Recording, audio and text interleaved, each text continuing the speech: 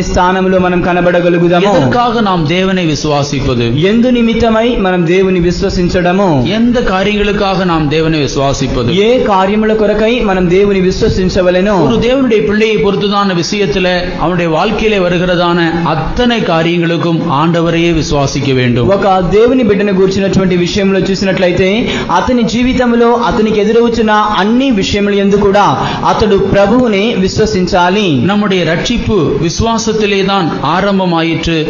இந்த ஜீவியம் விசுவாசத்திலே தான் தொடர்ந்து போய் கொண்டிருக்கிறது. మన యొక్క రక్షణ విశ్వాసం అందే ప్రారంభించబడి ఉన్నది. ఈ యొక్క జీవితమున్నది విశ్వాసములోనే కొనసాగుతున్నది. ஒரு ஆவிக்குரியதான மனிதன் தன்னுடைய ஓட்டத்தை முடிக்கிறதான அந்த கடைசி நாள் வரையிலும் இந்த விசுவாசத்திலே அவன் நின்று பிடிக்க வேண்டியவனாக இருக்கிறான். ఒక ఆత్మీయ మనుషుడు తన యొక్క పరుగును తుదముడించవలసినటువంటి ఆ చివరి క్షణం వరకు కూడా ఈ విశ్వాసమందు నిలుకడగా ఉండవలసిన వాడై ఉన్నాడు. అదేதான் அப்போஸ்தலனாகிய பவுல் சொல்லுகிறார், ஓட்டத்தை முடித்தேன், விசுவாசத்தை காத்துக்கொண்டேன். కనుకనే అపోస్తలుడైనటువంటి పౌలు చెప్పుచున్నాడు, నా పరుగును తుదముట్టించితిని, విశ్వాసమును కాచుకొంటిని. நம்முடைய ஓட்டம் ஓடி முடிக்கப்பட வேண்டியதான அந்த கடைசி நிமிடம் வரையிலும் நம்முடைய விசுவாசம் காக்கப்பட வேண்டிய ஒன்றாக இருக்கிறது. మన యొక్క పరుగు తుదముట్టించబడుచున్నటువంటి ఆ చివరి క్షణం వరకు కూడా మన యొక్క విశ్వాసం అన్నది కాపాడబడుచుండవలెను. நம்முடைய விசுவாசத்தை నష్టపడుతుమడియాகவே సాతాన్ పల విధంగా పోరాడుகிறான். మన యొక్క విశ్వాసాన్ని నష్టపరచడానికే సాతానుడు పలు విధములుగా పోరాడుచున్నాడు. நம்முடைய இந்த உலக జీవితం ముற்றிலுமாக ఆండవரை విశ్వాసిத்து చేయ வேண்டியதான జీవియమే. మనకున్నటువంటి ఈ లోక జీవితం అన్నది పూర్తిగా దేవుని విశ్వసించి చేయవలసిన జీవితమే. நாம் ஒரு சரியான விசுவாச ஜீவியத்தை செய்ய வேண்டும் என்றால் ஒரு சரியான మనసాட்சியை நாம் కాத்துకొள்ள வேண்டும். ఒక సరైనటువంటి విశ్వాస జీవితం మనం చేయవలనంటే సరైనటువంటి మనస్సాక్షిని మనం కాచుకొనవలెను. நம்முடைய சுத்த మనసాட்சி எல்லா నిలవరத்திலும் కాத்துకొள்ளப்பட வேண்டிய ஒன்றாகவே காணப்படுகிறது. మనకున్నటువంటి పవిత్రమైనటువంటి మనస్సాక్షి అన్ని సందర్భములలో కూడా కాచుకొనవలసినదై ఉన్నది. நம்முடைய మనసాட்சியை நாம் காத்துக்கொண்டு ஒரு சுத்தமான ஜீவியத்தை நாம் செய்கிறவர்களாக இருக்க வேண்டும். మన యొక్క మనస్సాక్షిని మనం కాపాడుకొని ఒక పవిత్రమైనటువంటి జీవితం చేయువారమై ఉండాలి. கோடை காலங்களிலே, வெயில் காலங்களிலே மனுஷர்கள் கடற்கரையில் இருக்கிறதான மணலில் போய் படுத்து உறங்குவதற்கோ இல்லை என்றால் சற்று நேரம் படுத்து இளைப்பாறுவதற்கு விரும்புகிறார்கள். వేసవి కాలమందు రాత్రి సమయములలో మనుషులు సముద్ర తీరమందున్నటువంటి ఆ యొక్క ఇసుకల మీద వారు వెళ్లి కాసేపు పడుకొని విశ్రమించవలని కోరుచున్నారు. அவன் குளித்து முடித்து நல்ல சுத்தமான வஸ்திரங்களை விடுத்தி தன்னுடைய வீட்டுக்கு வந்து தன்னுடைய மெதுவான தன்னுடைய படுக்கையிலே போய் அவன் படுக்கையில இளைப்பாறுகிறதான அந்த வேளையிலே అతడు శుభ్రముగా స్నానం చేసి వస్త్రములు ధరించుకొని తిన్నగా ఇంటికి వచ్చి తన పడకకు వెళ్లి విశ్రమిస్తున్నటువంటి ఆ సమయమందు ஒரு சிட்டிகை அளவு மணலை அந்த படுக்கையிலே போட்டு அதன் மீது அவனை படுக்கும்படியாக செய்தால், ఒక చుట్టుక ఇసుకను తీసుకుని వచ్చి అతని పరుపు మీద వేసి అందులో అతన్ని పరుండబెట్టినట్లయితే அவனால் தூங்க முடியாது. అతడు నిద్రించనేరడు. அது அவனை அரிக்க ஆரம்பித்துவிடும். అది అతనికి మంట పుట్టించడానికి ప్రారంభమగును. அந்த மணலை அந்த படுக்கை விட்டு అగற்றும் వరయిலும் அவனால் இளைப்பாరి இருக்க முடியாது. ఆ యొక్క ఇసుకను తన పడక మీద నుంచి అతడు దులిపివేయునంత వరకు కూడా అతడు విశ్రాంతితో అందు విశ్రమించనేరడు. அதை படுக்கையிலிருந்து எப்பொழுது అగற்றுகிறானோ அப்பொழுதுதான் அவனாலே தூங்க முடியும். ఎప్పుడైతే తన పడక మీద నుంచి ఆ ఇసుక రేణువులను అతడు తొలగించుచున్నాడో అప్పుడు మటుకే అతడు నిద్రించగలడు. கடற்கரையிலே மணல் படுக்கையிலே அவன் படுத்திருந்தான். வீட்டிலே வந்தால் ஒரு சிட்டிகை மணல் மீது ஏன் அவனால் படுக்க முடியவில்லை? సముద్ర తీరముకు వెళ్ళినప్పుడు ఇసుకలోనే పడుకొని ఉండెను. ఇంటికి వచ్చిన తరువాత పరుపు మీద కొద్దిగా ఇసుక వేసుకుని ఎందుకని పడుకోలేకుండా పోవుచున్నాడు? அந்த மணல் தான் பாவத்துக்கு ஒப்பாக இருக்கிறது. அது ஒரு பாவ சந்தோஷத்தின் நிலைப்பாடுதலாக இருக்கிறது. ఆ యొక్క ఇసుకే పాప సంతోషానికి సాదృశ్యమై ఉన్నది. పాపపు సంతోషానికి అది నీడగా ఉన్నది. ஆனால் ரட்சிக்கப்பட்டதான மனுஷனுடைய ஜீவியத்தில் வருகிறதான ஒரு சிறிய பாவம் கூட அவனுடைய మనసాட்சி కుట్రపడుతూ அவனுடைய இளைப்பாறுதல் నష్టపడుతూ విడుகிறது. రక్షణ పొందినటువంటి ఒక మనిషిని జీవితంలో కలుగుచున్నటువంటి ఒక చిన్న మోతాదైనటువంటి పాపము కూడా అతని యొక్క విశ్రాంతిని చెరిపివేసి అతని యొక్క మనస్సాక్షిని వేదన పరిచుచుండును. అదిதான் 1 தீமோத்தேயு 1:5 பவுல் சொல்லுகிறார், கற்பனையின் பொருள் என்று சொல்லுகிறான். దాని గురించి తిమోతికి రాసినటువంటి మొదటి పత్రిక 1వ అధ్యాయం 5వ వాక్యమందు పౌలు చెప్పుచున్నాడు, ఆజ్ఞల యొక్క సారాంశము. கற்பனையின் பொருள் என்னவெனில் சுத்தமான இருதயத்திலும் நல்மன சாட்சியிலும் மாயமற்ற விசுவாசத்திலும் பிறக்கும் அன்பே. அதுதான் கற்பனையின் பொருள். అదియే ఆజ్ఞ యొక్క సారాంశము. நியாயப்பிரமாணத்தினுடைய கற்பனையினுடைய முழு சாராம்சமும் அதுதான். ధర్మశాస్త్రం యొక్క ఆజ్ఞల యొక్క సారాంశం అంతయు కూడా ఇదియే. சுத்த இருதயத்திலும் நல் மனசாட்சியிலும் மாயமற்ற விசுவாசத்திலும் பிறக்கின்றதான அந்த அன்புதான் கற்பனையின் பொருள். మంచి పవిత్ర హృదయము నుండి మంచి మనసాక్షి నుండి నిష్కపటమైనటువంటి విశ్వాసము నుండి కలుగుచున్నటువంటి ప్రేమయే ఆ సారాంశమై ఉన్నది. ஒரு சுத்தமான இருதயமும் ஒரு நல் மனசாட்சியும் உண்டாகும் போது மாயமற்ற விசுவாசம் உண்டாகிறது. ఒక పవిత్రమైనటువంటి హృదయము మంచి మనసాక్షి కలుగుచుండగా నిష్కపటమైనటువంటి విశ్వాసం కలుగుచున్నది. அந்த இடத்துல பிறக்கிறதான அன்புதான் விசேஷமானது. ఆ స్థలమందు కలుగుచున్నటువంటి ప్రేమయే విశేషమైనది. சுத்த இருதயமும் நல் மனசாட்சியும் விசுவாச ஜீவியத்துக்கு மிகவும் அவசியமாக இருக்கிறது. పవిత్ర హృదయము నిర్మలమైనటువంటి మనసాక్షి విశ్వాస జీవితమునకు చాలా అవసరమై ఉన్నది. நீங்கள் கர்த்தருக்கு விரோதமாக தவறை செய்து அது நிமித்தமாக உங்களுடைய மனசாட்சியிலே நீங்கள் வாதிக்கப்பட்டு கொண்டிருக்கிறதான அந்த நேரத்தில் நீங்கள் ஆண்டவரை கடுகளவு கூட விசுவாசிக்க முடியாது. మీరు దేవునికి విరోధముగా పాపము చేసి మీరు మనస్సాక్షిలో నొప్పించబడుచుండగా ఆ సమయమందు ఆవగించంత మట్టుకు కూడా మీరు దేవుని యందు విశ్వాసం ఉంచనేరరు. நல்ல மனசாட்சியோடு நாம் ஜீவிக்கும் பொழுது விசுவாசத்தில் நாம் உறுதியாக நிற்க முடியும். మంచి మనస్సాక్షితో మనం జీవిస్తున్నప్పుడు విశ్వాసమందు మనం నిలుకడగా నిలువగలము. ஒரு விஷயத்திற்காக நீங்கள் ஆணுடத்திலே விசுவாசத்தோடு ஜெபித்துக் கொண்டு வருகிறதான வேளையிலே சாத்தான் சொல்லுவான், நீ இப்படிப்பட்ட மனிதன், நீ இப்படியெல்லாம் தேவனுக்கு விரோதமாக செய்திருக்கிறாய், நீ ஜெபிக்கிற ஜெபத்தை கேட்டு ஆண்டு உனக்கு பதிலளிப்பாரா என்று கேட்பான். ఒక నిర్ణయించబడినటువంటి అంశము కొరకై మనం ప్రార్థిస్తూ ఉండగా సాతానుడు వచ్చి నీవు ఇటువంటి మనుషుడవు, ఇటువంటి పాపములన్నీ నీవు చేసి ఉన్నావు కనుక నీవు చేసే ప్రార్థన దేవుడు ఆలకించునా అని అడుగును. அப்பொழுது உன்னுடைய விசுவாசம் ஆட ஆரம்பித்து விடும். అప్పుడు నీ విశ్వాసం కదల్చబడడానికి ప్రారంభమగును. உன்னுடைய விசுவாச கப்பல் சேதப்பட ஆரம்பித்து నీ விடும். యొక్క విశ్వాస నౌక బద్దలవడానికి ప్రారంభమగును. நம்முடைய மனசாட்சியிலே தீட்டு உண்டாகிறதான ஒவ்வொரு தீட்டும் நம்முடைய விசுவாச கப்பலை சேதப்படுத்தி கொண்டே வரும். మన మనస్సాక్షిలో కలుగుచున్న ప్రతి విధమైనటువంటి మాలిన్యము కూడా మన యొక్క విశ్వాస ఓడను బద్దలు చేయుచుండును. மனசாட்சியை கடினப்படுத்திக் கொண்டு தொடர்ந்து ஒருவன் ஆண்டவருக்கு விரோதமாகவே செயல்பட்டு கொண்டு வரும் பொழுது அவனுடைய விசுவாச கப்பலிலே அநேக ஓட்டைகள் விழுந்து அதற்குள்ளே தண்ணீர் பிரவேசித்து விசுவாச கப்பலே அமிழ்ந்து போய்விடும். తన యొక్క మనస్సాక్షిని కఠినపరుచుకొని అతడు దేవునికి విరోధముగా ఒక జీవితాన్ని చేయిచూ ఉన్నట్లయితే అతని యొక్క ఓడలో అనేకమైనటువంటి రంధ్రములు కలిగి ఆ ఓడలోనికి నీళ్లు ప్రవేశించి ఆ విశ్వాసహితమైనటువంటి ఓడ నీళ్లలో మునిగిపోవును. கப்பல் சேதப்பட்டு விடும் என்று சொன்னால் கடற்பிரயாணம் செய்வது எஞ்ஞனம். ఓడ బద్దలైపోయినట్లయితే సముద్ర ప్రయాణం చేయుట ఏలాగునా? கப்பல் இருக்கும் வரையிலே தான் கடல்ல பிரயாணம் பண்ண முடியும். ఆ ఓడ ఉన్నంత వరకే సముద్రములో ప్రయాణం చేయగలము. இந்த ஜீவியம், இந்த கிறிஸ்துவ ஜீவியம் விசுவாச கப்பலிலே கடந்து போகிறதான ஜீவியமாக, ఈ క్రైస్తవ జీవితం అనున్నది విశ్వాస ఓడలో యానము చేయుచున్నటువంటి ఒక జీవితమై ఉన్నది. நம்முடைய விசுவாசமாகிய கப்பல் சேதப்பட்டு விட்டுகிறதான பட்சத்தில் நாம் தொடர்ந்து இந்த ஜீவியத்தை நாம் செய்யவே முடியாது. మన విశ్వాసం అనే ఓడ బద్దలైపోచున్నటువంటి సమయమందు ఈ జీవితాన్ని మనం కొనసాగుతూ చేయుచుండ నేరము.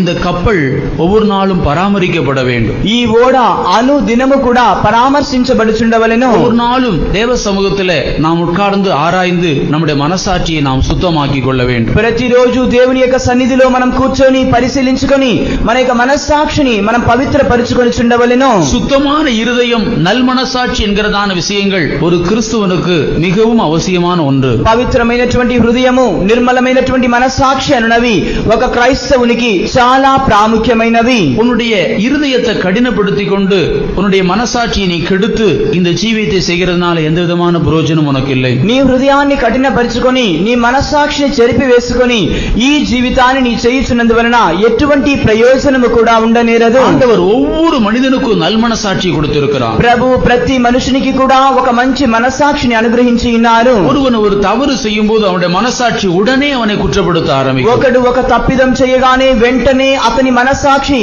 అతని నేరారోపణ చేయడానికి ప్రారంభించును. ஆனால் மனித மனிதன் என்ன செய்கிறான்? అయితే మానవుడు ఏమి చేయుచున్నాడు? கர்த்தர் அவனுக்கு கொடுத்திருக்கிறதான அந்த நல்ல மனசாட்சியை தள்ளி விடுகிறான். దేవుడు అతనికి అనుగ్రహించిన మంచి మనస్సాక్షిని నెట్టి వేయుచున్నాడు. அவனுடைய మనసాட்சி அவனை குற்றப்படுத்தும் பொழுது அதற்கு ஏதாகிலும் ஒரு சாக்கு போக்கு சொல்லி அந்த காரியத்தை நியாயப்படுத்தி மனசாட்சியை தள்ளிவிட்டு ஜீவியத்தை கெடுத்துக் கொள்கிறான். అతని యొక్క మనస్సాక్షి అతని మీద దోషారోపణ చేయుచుండగా దానికి ఏదైనా చాకులు చెప్పి అతనికి ఉన్నటువంటి ఆ మంచి మనస్సాక్షిని అతడు నెట్టి వేయుచున్నాడు. உன்னுடைய ஜீவியத்துல உன்னுடைய மனசாட்சி குற்றப்படுத்துமானால் அந்த காரியம் தவறுதான். నీ జీవితంలో నీ మనస్సాక్షి దోషారోపణ చేసినట్లయితే ఆ కార్యం తప్పైనదే. அதை நீ நியாயப்படுத்த முயற்சி செய்யும் பொழுது உன்னுடைய மனசாட்சி நீ தள்ளி விடுகிறவனாய் காணப்படுவாய். దాన్ని నీతీకరించడానికి నీవు ప్రయాసపడుచుండగా నీ మనస్సాక్షిని నీవు త్రోసి వేయుచున్న వాడు వగుదవు. இந்த விசுவாசத்தின் ரகசியத்தை சுத்த மனசாட்சியில வைத்து காத்துக்கொள்ள ఈ வேண்டும். విశ్వాస మర్మాన్ని పవిత్రమైన మనస్సాక్షిలో ఉంచుకొని కాచుకొనవలెను. நம்முடைய சுத்த மனசாட்சி காக்கப்படும் வரையிலும் நம்முடைய விசுவாசமும் காக்கப்படும். మన యొక్క పవిత్రమైన మనస్సాక్షి కాపాడుచున్నంత వరకు కూడా మన యొక్క విశ్వాసము కూడా కాపాడుచుండబడును. நல்மனசாட்சி இல்லாத பட்சத்துல நாம் கர்த்தரிடத்துல போய் ஜெபிக்க முடியாது, தேவனை விசுவாசிக்க முடியாது, தேவனுடைய பிள்ளைகளா ஜீவிக்க கூட முடியாது. మంచి మనస్సాక్షి లేని పక్షమున మనం దేవుని యొద్దకు వెళ్లి మనం విశ్వసించలేము, ప్రార్థించను కూడా ప్రార్థించలేము. இந்த வேளையில் உன்னுடைய மனசாட்சி எதையாகிலும் காரியத்தை உனக்கு குற்றப்படுத்தி கொண்டிருக்கும் என்றால் ఈ సమయమందు నీ మనస్సాక్షి ఏదైనా ఒక కార్యాన్ని దోషారోపణ చేయుచున్నట్లయితే அதற்காக நீ மனஸ்தாபப்பட்டு கர்த்தரிடத்தில் அறிக்கை செய்து அந்த பாவத்தை நீ விட்டுவிட தீர்மானம் எடுத்து ஒரு சுத்த மனசாட்சி இந்த ஆராதனை வேளை பெற்றுக்கொள். ఈ సమయమందు వాటిని నీవు దేవుని యొద్ద ఒప్పుకోలు చేసి ఆ పాపాన్ని విడిచిపెట్టడానికి తీర్మానించి దేవుని యొద్ద నుంచి ఒక మంచి మనస్సాక్షిని ఈ ఆరాధన సమయంలోనే నీవు పొందుకొనుము. சுத்த மனசாட்சி இல்லாதவன் தெய்வீக சுகத்தில் நிற்கவே முடியாது. పవిత్రమైనటువంటి మనస్సాక్షి లేనివాడు దైవిక స్వస్థతలో ఏమాత్రం నిలబడనేరడు. ஒருவன் தெய்வீக சுகத்தில் நிற்க வேண்டும் என்றால் முதலாவது அவனுடைய மனசாட்சி ஆராய்ந்து பார்த்து அதை சுத்தமாக்கி கொண்டு திரும்ப அவன் விசுவாசத்தை கட்டி எழுப்ப வேண்டும். ఒకడు దైవిక స్వస్థతలో నిలబడవలనంటే మొట్టమొదటిగా తన యొక్క మనస్సాక్షిని అతను క్షుణ్ణముగా పరిశీలన చేసుకుని అటు తరువాత దైవిక స్వస్థత కొరకై తన విశ్వాస జీవితాన్ని అతడు కట్టి లేపుకొనవలెను. அப்பொழுதுதான் அவனுடைய வியாதி குணமாகத்தக்கதான விசுவாசம் அவனுக்குள்ள கிரியை செய்ய முடியும். అప్పుడు మటుకే తనకున్నటువంటి వ్యాధిని స్వస్థపరచగలిగినటువంటి విశ్వాసం అన్నది అతనిలో క్రియ చేయగలుగును. விசுவாசத்தின் ரகசியம் ஒரு சுத்த மனசாட்சி என்பதை நாம் ஞாபகத்தில் வைத்துக் கொள்வோம். విశ్వాసం యొక్క మర్మం అనున్నది ఒక పవిత్రమైనటువంటి మనస్సాక్షి అనున్నది మనం జ్ఞాపకమందు ఉంచుకుందాము. எபேசியர் 6ஆம் அதிகாரம் 19-20 வசனத்தில நாம் இரண்டாம் ரகசியத்தை வாசிக்கலாம். ఎఫెసీయులకు రాసిన పత్రిక 6వ అధ్యాయం 19-20 వాక్యములలో రెండవ మర్మాన్ని గురించి మనం చదవగలుగుదాము.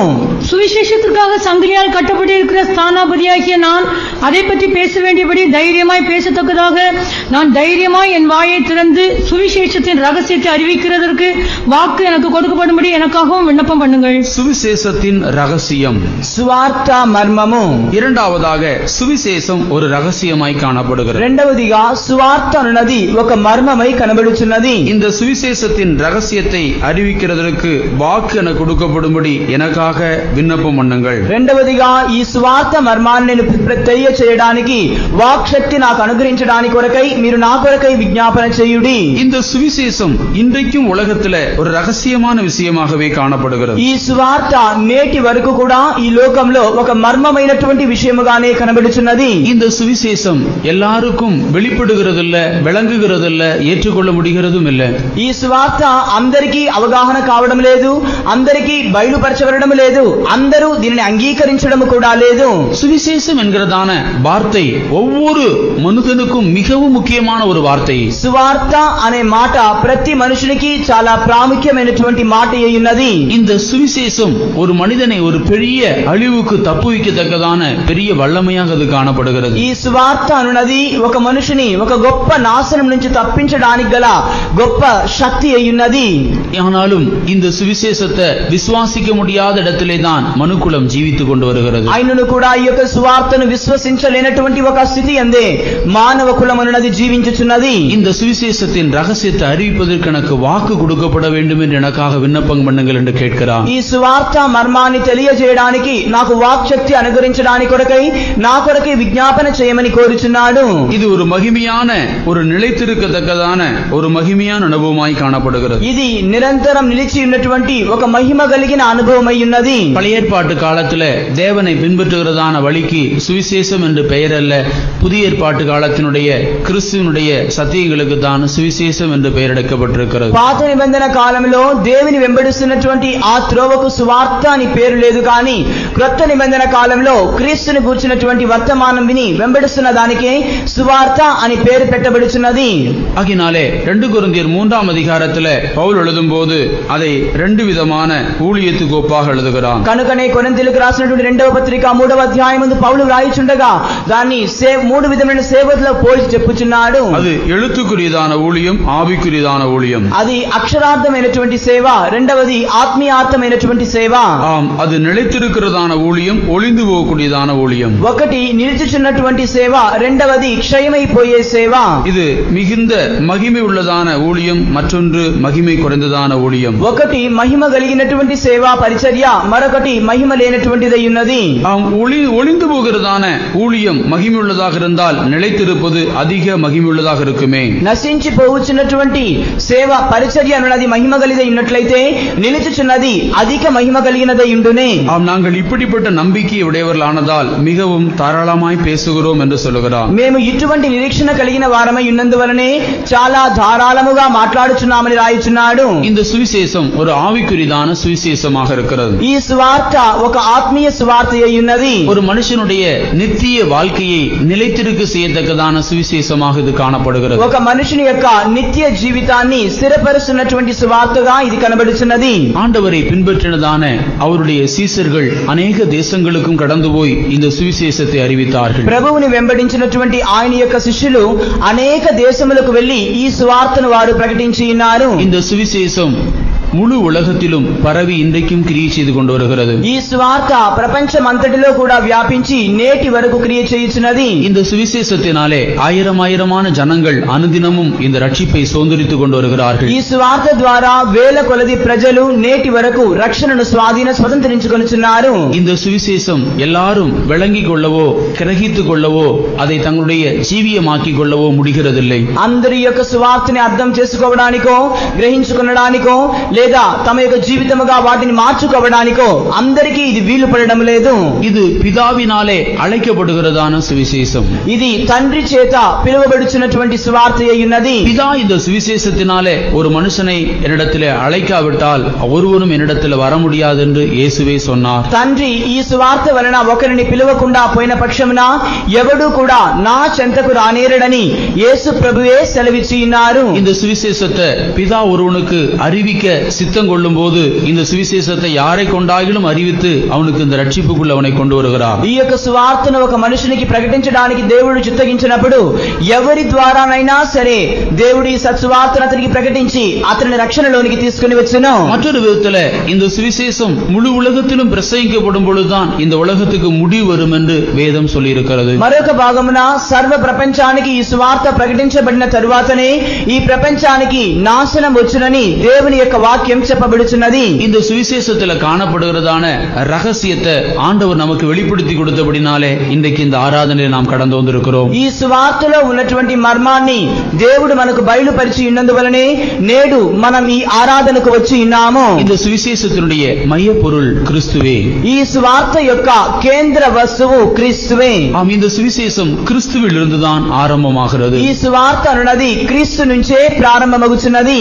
ஒரு மனிதனுக்கு வர வேண்டியதான ஆக்கினையை அவர் தன் மீது ஏற்றுக்கொண்டு அவனுக்கு கொடுக்கிறதான அந்த விடுதலையின் சத்தியம்தான் சுவிசேஷமாக இருக்கிறது. ఒక మనుషుని మీదకి రావలసినటువంటి శిక్షా విధిని ఆయన తన మీద వహించుకొని ఒక మనుషునికి అనుగ్రహిస్తున్నటువంటి విడుదలయే ఈ సువార్త మర్మమై ఉన్నది. நீ செய்தான பாவங்களுக்கு ஏற்றதான தண்டனை கொடுக்கப்படும் என்றால் உனக்கு நித்திய நரகம் கொடுக்கப்படும். ஆனாலும் அந்த தண்டனையை நான் என் மீது ஏற்றுக்கொண்டு உனக்கு விடுதலையை வைத்திருக்கிறேன் என்று சொல்வதுதான் சுவிசேஷம். నీవు చేసినటువంటి తప్పిదానానికి నీకు శిక్ష ఇవ్వబడినట్లయితే నిత్య నరకాగ్ని నీకు ఇవ్వబడును. అయితే నీ మీద రావలసినటువంటి శిక్షా విధిని నేను నా మీద వహించుకొని నీ కొరకై నేను విడుదల ఉంచి ఉన్నానని చెప్పడమే సువార్త అయి ఉన్నది. உனக்கு வர வேண்டியதான ஆக்கினையை நான் என் மீது ஏற்றுக்கொண்டு உனக்கு நான் சமாதானத்தை வைத்திருக்கிறேன், அதை நீ விசுவாசத்தினாலே பெற்றுக்கொள் என்பதுதான் சுவிசேஷமாக இருக்கிறது. నీ మీదికి రావలసినటువంటి శిక్షా విధిని నేను నా మీద వహించుకొని నేను నీకు సమాధానాన్ని ఉంచి ఉన్నాను, నీవు వచ్చి విశ్వాసముతో ఆ సమాధానమును పొందుమని ప్రచురించడమే సువార్త సువార్త అయ్యున్నది. உன்னுடைய வியாதிகளை நான் சுமந்து தீர்த்து விட்டேன், ஆகினாலே இந்த விசுவாசத்தினாலே நீ விடுதலை ஆகிறாய் என்பதுதான் சுவிசேஷம். నీ యొక్క వ్యాధులను నేను మోసి తీర్చి ఉన్నాను కనుక నీ విశ్వాసం ద్వారా నీవు విడుదల పొందుచున్నావు అన్నది ఈ సువార్త అయ్యున్నది. உன்னை பிதாவின் ராஜ்யமாகி பரலோகத்தில் கொண்டு போய் சேர்க்கும்படியாக பிதாவாகிய தேவன் என்னை இந்த பூமியிலே அனுப்பினான். நான் உனக்காக வந்து ஜீவனை தந்திருக்கிறேன். என்னை விசுவாசித்து இந்த சுவிசேஷத்தை விசுவாசித்து பாவங்கள நீ கழுவப்படுவாயானால் உனக்கும் கூட அந்த ராஜ்யம் கிடைக்கும் என்பதுதான் சுவிசேஷம். నిన్ను నేను పరలోకమునకు తీసుకుని వెళ్ళడానికి తండ్రి అయినటువంటి దేవుడు నన్ను ఈ భూమికి పంపించున్నాడు కనుక నీవు వచ్చి నన్ను విశ్వసించి నా యొక్క సువార్తను అంగీకరించి నీ పాపములు పోను నీవు కడుగబడినట్లయితే నీవు విడుదల పొందుదువు అని చెప్పడమే ఈ సువార్త అయ్యున్నది. இந்த சுவிசேஷத்தின் மூலமாக பாவ மன்னிப்பாகிய ரட்சிப்பு நமக்குள்ள உண்டாயிருக்கிறது. ఈ సువార్త ద్వారానే పాప క్షమాపణ అనే రక్షణ మనకు కలిగి ఉన్నది. நிக்கோதேம் என்கிறதான மனிதன் ஒரு ராக்காலத்துல இந்த சுவிசேஷத்தை கேட்கும்படியாக இயேசு நண்டையிலே வந்தான். నికోదేం అనే ఒక మనుషుడు ఒక రాత్రి కాలమందు ఈ సువార్తను వినడానికి యేసు ప్రభు చెంతకు వచ్చెను. அவன் பகல் காலத்துல வருவதற்கு தைரியம் இல்லாதிருந்தான். అతడు పగటి కాలమందు యేసు ప్రభుని సమీపించడానికి ధైర్యం లేనివాడై ఉండెను. அவன் ரகசியமாய் ஆண்டவரை ஏற்றுக்கொள்ளக்கூடியவனாக இருந்தான். అతడు రహస్యముగా ప్రభువుని స్వీకరించువాడై ఉండెను. ஆண்டவர் அவனுக்கு தம்முடைய சுவிசேஷத்தின் ரகசியத்தை வெளிப்படுத்தி கொடுத்தார். ప్రభు అయితే అతనికి తన సువార్త మర్మాన్ని బయలుపరిచెను. அந்த சுவிசேஷத்தின் ரகசியமானது அவனுடைய ஜீவியத்தில் செய்ததான கிரியை அவருடைய மரண பரியந்தமும் அவனை அவருடைய பக்கமாக நிறுத்தும்படி செய்தது. ఆ సువార్త మర్మము ద్వారా జరిగినటువంటి క్రియ అనున్నది అతనిని ఆయన యొక్క మరణ పర్యంతరం వరకు ఆయన పక్షముగా నిలిచి ఉండడానికి అతనికి తోడ్పడెను. இந்த சுவிசேஷத்தின் ரகசியத்தை அறிந்து கொண்டதான நிக்கோதேமு அவர் மரித்து போன போது வெள்ளை போலமும் கரிய போலமும் கலந்து 100 ராத்தல் கொண்டு வந்தான் அவரை அடக்கம் பண்ணுவதற்காக. ఈ యొక్క సువార్త మర్మమును గ్రహించుకున్నటువంటి నికోదేము అనే వాడైతే ఆయన మరణించిన తరువాత ఆయన యొక్క దేహమునకు పూయడానికై సుగంధ ద్రవ్యములను తెల్ల బోలమును 100 షెకెల్ తీసుకుని వచ్చినట్లుగా దేవుని యొక్క వాక్యం చెప్పుచున్నది. அவரை பின்பற்றி வந்ததான அவருடைய சீசர்கள் எல்லாரும் இந்த ரகசியத்தை மறுதலித்து விட்டு அவரை விட்டு பின்வாங்கி போன பொழுது இந்த நிக்கோதேமோ ஆண்டவரை அடக்கம் பண்ணத்தக்கதான பொருட்களை கொண்டு வந்து அவருடைய பட்சமாக நின்றான். அதற்கு காரணம் அவன் அறிந்து கொண்ட சுவிசேஷம்தான். ఆయనను వెంబడించినటువంటి ఆయన యొక్క శిష్యులందరూ కూడా ఆయనను విడిచిపెట్టి పారిపోయినటువంటి ఆ సమయమందు ఆయనను భూస్థాపనం చేయడానికి కావలసినటువంటి ద్రవ్య పదార్థములతో కూడా వచ్చినది ఈ నికోదేము అనే మనుషుడే. దానికి కలిగినటువంటి కారణం అతడు ఎరిగినటువంటి ఈ సువార్త మర్మమే. இந்த சுவிசேஷத்தின் ரகசியத்தை உன்னுடைய வாழ்க்கையில நீ அறியாதவனாய் காணப்படலாம். ఈ సువార్త మర్మాన్ని నీ జీవితంలో ఎరుగనటువంటి ఒక మనుషుడిపై నీవు కనబడవచ్చును. கிறிஸ்துவின் சுவிசேஷத்திற்கு உன்னுடைய வாழ்க்கை முழுவதும் மாற்றத்தக்க வல்லமை உண்டு. క్రీస్తు యొక్క సువార్తకు నీ జీవితం అంతటిని పూర్తిగా మార్చగలిగే ఒక శక్తి ఉన్నది. கிறிஸ்துவின் சுவிசேஷம் உன்னுடைய பாவ ஜீவியத்திலிருந்து விடுதலை கொடுத்து பரிசுத்தமான ஜீவியத்துக்கு எதுவாக உன்னை நடத்தும். క్రీస్తు యొక్క సువార్త ఉన్నది నీ పాప జీవితం నుంచి నీకు విడుదలను అనుగ్రహించి పరిశుద్ధమైనటువంటి జీవితముకు నేరుగా నిన్ను నడిపించును. இந்த சுவிசேஷம் உன்னுடைய ஜீவியத்தை நரக வழியிலிருந்து உன்னை திருப்பி பரலோக வழிக்கு நேராக உன்னை நடத்தும். ఈ సువార్త అనున్నది నరక త్రోవల నుంచి నీ యొక్క జీవితాన్ని త్రిప్పి పరలోకముకు నేరుగా అది నిన్ను నడిపించును. இந்த சுவிசேஷத்தின் ரகசியத்தை நீ அனுபவமாக்கிக் கொள்வாயாக. ఈ సువార్త యొక్క మర్మాన్ని నీవు నీ జీవితం యొక్క అనుభవముగా మార్చుకొందువుగాక. இந்த சுவிசேஷத்திற்கு உன்னுடைய வாழ்க்கையை ஒப்பு கொடுப்பாயாக. ఈ సువార్తకు నీ జీవితాన్ని సమర్పించుకొందువుగాక. இந்த சுவிசேஷம் உன்னுடைய ஜீவியம் முழுவதுமாக மாற்றிவிடும். అప్పుడు ఈ సువార్త నీ జీవితం అంతటినీ కూడా మార్చివేయును. மூன்றாவதாக நாம் மார்க் எழுதின சுவிசேஷம் 4:11 வாசிக்கிறோம், தேவ ராஜ்யத்தினுடைய ரகசியம் என்று. మూడవదిగా మనం మార్కు రాసిన సువార్త 4వ అధ్యాయం 11వ వాక్యమును చదువుచున్నాము. దేవుని రాజ్యమును గూర్చినటువంటి మర్మమని చదువుచున్నాము. அதற்கு அவர் தேவனுடைய ராஜ்யத்தின் ரகசியத்தை அறியும்படி உங்களுக்கு அருளப்பட்டது, புறம்பே இருக்கிறவர்களுக்கோ இவைகள் எல்லாம் ஓமைகளாக சொல்லப்படுகிறது. தேவனுடைய ராஜ்யத்தின் ரகசியத்தை அறியும்படி உங்களுக்கு அருளப்பட்டது, புறம்பே இருக்கிறவர்களுக்கோ இவைகள் எல்லாம் ஓமைகளாக சொல்லப்பட்டது. దేవుని యొక్క రాజ్యం యొక్క మర్మములు అనుగ్రహించడానికి మీకు అనుగ్రహించబడి ఉన్నది, బయట ఉన్న వారికైతే ఇది అనుగ్రహించబడకుండా ఉన్నది. தேவ ராஜ்யம் என்று சொல்லுகிறது ஒரு ரகசியமாக இருக்கிறது. దేవుని యొక్క రాజ్యం అన్నది ఒక మర్మమై ఉన్నది. மனிதனுடைய மரணத்துக்கு பிறகு அவனுக்கு ஒரு மகிமையான நித்திய ராஜ்யம் இருக்கிறது என்பதை குறித்து முழு மனுக்குலத்தில் இருக்கிறதான ஒவ்வொரு మనుషును ఒవ్వొరు విధంగా బోధితూ కుళంబి కొంటున్నాడు. మనుషుని యొక్క మరణానికి తరువాత ఒక నిత్య రాజ్యం ఉన్నదని సర్వ మానవ కోటి కూడా ఒక్కొక్క విధముగా వారు బోధించుకొనుచు వారు ఆందోళనకు గురి చెంది ఉన్నారు. சிலர் தேவ ராஜ்யம் என்று ஒன்று இல்லை என்று சொல்லி தங்களை தாங்கள் சமாதானப்படுத்திக் கொள்கிறார்கள். కొంతమంది దేవుని రాజ్యం అనేది ఒకటి లేదని తమ్మును తామే సమాధాన పరుచుకొనుచున్నారు. சிலர் தேவ ராஜ்யம் உண்டென்றும் அதற்கு போகத்தக்கதான வழி இதுதான் என்றும் மாற்று வழியை போதிக்கிறார்கள். కొంతమంది అయితే దేవుని యొక్క రాజ్యం ఉన్నదనియు దానికి వెళ్ళే త్రోవ ఇదే అని వారు తప్పైనటువంటి త్రోవలను బోధించుచున్నారు. சிலர் தேவ ராஜ்யத்துக்கென்று இன்னென்ன பிரகாரமாகத்தான் ஜீவிக்க வேண்டும் என்று உபதேசிக்கிறார்கள். சிலரோ எப்படி ஜீவித்தாலும் தேவ ராஜ்யத்திலே போய்விடலாம் என்று போதிக்கிறார்கள். కొంతమంది దేవుని యొక్క రాజ్యంలోనికి ప్రవేశించాలంటే ఈ విధముగానే జీవించాలని బోధిస్తున్నారు. మరికొందరైతే ఏలాగున జీవించను సరే మనం దేవుని యొక్క రాజ్యంలోనికి ప్రవేశించవచ్చునని బోధించుచున్నారు. தேவன் இரக்கமுள்ளவராகினாலே மனிதன் எப்படி வேண்டுமானாலும் ஜீவித்தாலும் அவனை நரகத்தில் போட மாட்டார், அவனை தம்முடைய ராஜ்யத்தில் சேர்த்துக் கொள்வார் என்று தங்களை தாங்களே அவர்கள் கெடுத்து கொண்டு జీవిக்கிறவர்களும் உண்டு. దేవుడు కనికరం కలిగిన వాడు కనుక మనుషుడు ఏలాగున జీవించను సరే అతనిని ఆయన నరకములోనికి పడవేయుడు, ఆయన ఎలాగైనా సరే తన రాజ్యములోనికి అతనిని చేర్చుకొనునని వారు తమ్మును తామే మోసపుచ్చుకొనుచున్నారు. உலகத்தில் இருக்கிறதான தேவனை அறியாத ஜனங்கள் தேவ ராஜ்யத்தை குறித்தான தெளிவான வெளிப்படுத்தல் இல்லாது జీవిக்கின்றதான వేళயிலே లోకములో ఉన్నటువంటి ప్రజలు దేవుని రాజ్యమును గురించినటువంటి సరైనటువంటి ప్రకటన తెలియకుండా జీవిస్తున్నటువంటి దినములలో தேவனை சார்ந்து கொண்டு ஜீவித்ததான ஜனங்களுக்குள்ளும் கூட இந்த ராஜ்யத்தை குறித்துதான சரியான வெளிப்படுத்தல் இல்லாதவர்களாகவே ஜீவித்துக் கொண்டு வந்தார்கள். దేవుని ఆనుకొని జీవిస్తున్నటువంటి ప్రజలు సైతం ఈ రాజ్యాన్ని గురించిన సరైన ప్రకటన ఎరుగని వారుగానే జీవిస్తూ వచ్చిరి. பழைய ஏற்பாட்டு காலத்திலே வாழ்ந்ததான ஜனங்கள் அவருடைய முறைமைகள் நியாயப்பிரமாணத்தை கைக்கொள்ள வேண்டியதான விஷயங்கள் ஆசரிப்பு கூடாரத்தில் செய்ய வேண்டியதான ஊழியங்களுக்கு எடுத்தான காரியங்கள் இவைகளிலே கவனங்களை செலுத்தினார்களே அல்லாமல் தேவராஜ்யத்திலே போய் சேரத்தக்கதான வழிகளை ఆరాయతక్కదాన విధంలో కురైవులవలాగా இருந்தார்கள். పాత నిబంధన కాలములో ఉన్నటువంటి ప్రజలైతే వారికి ఇవ్వబడినటువంటి ఆచారములను సంప్రదాయములను గైకొనుట యందును ప్రత్యక్షపు గుడారం యొక్క నియమాలను గైకొనుట యందును దాని యొక్క సేవను గురించినటువంటి విధులను గైకొనుట యందును వీటి యందే వారు తమ యొక్క శ్రద్ధను నిలిపి కానీ దేవుని యొక్క రాజ్యములోనికి ప్రవేశించడానికి కలిగినటువంటి ఆ త్రోవలను వాటి యందు వారు తమ యొక్క శ్రద్ధను చూపించకుండా పోయిరి. தேவனோ தன்னுடைய ஆசரிப்பு கூடாரத்தை தேவ ராஜ்யத்துக்கு நிழலாட்டமாக தான் ஸ்தாபிக்கும்படி சொன்னார். ప్రభు అయితే ఆయన తన ప్రత్యక్షపు గుడారాన్ని దేవుని రాజ్యమునకు సాదృశ్యముగానే స్థాపించమని చెప్పి ఉండెను. மகா பரிசுத்த ஸ்தலம் பிரகாரம் என்கிற 3 அமைப்புகளோடு கூட ஆசரிப்பு கூடாரம் ஸ்தாபிக்கப்பட்டது. அது நித்தியத்துக்கு நிழலாட்டமாகவே காணப்பட்டது.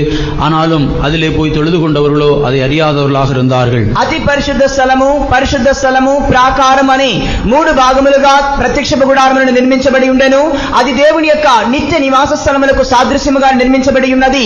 అయితే ఆ ప్రత్యక్ష గుడారంలోనికి వెళ్లి సేవా పరిచర్య చేయుచున్న వారైతే వాటి యొక్క సారం ఎరగకుండానే వారు సేవ చేయుచు వచ్చిరి. ஆகினாலே ஆண்டவராய் இயேசு கிறிஸ்து யூத ஜனத்துக்குள்ளே வந்து பிறந்த பொழுது மனம் திரும்புங்கள் பரலோக ராஜ்யம் சமீபமா இருக்கிறது என்று பிரசங்கிக்க வேண்டியதாக வந்தது. కనుకనే ప్రభువైన యేసుక్రీస్తు ఇట్టి ప్రజల మధ్యలో ఆయన వచ్చి జన్మించినప్పుడు మారు మనసు పొందుడి పరలోక రాజ్యం సమీపించి ఉన్నదని ప్రసంగించవలసినదాయను. இந்த தேவ ராஜ்யத்துக்குள்ளே ஒரு மனிதன் பிரவேசிக்கத்தக்கதான அடிப்படையான ரகசியம் என்ன?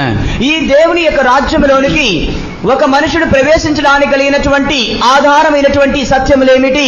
మనం திரும்புகிறதான விஷயம்தான். మారు మనస్సు పొందుచున్నటువంటి విషయమే.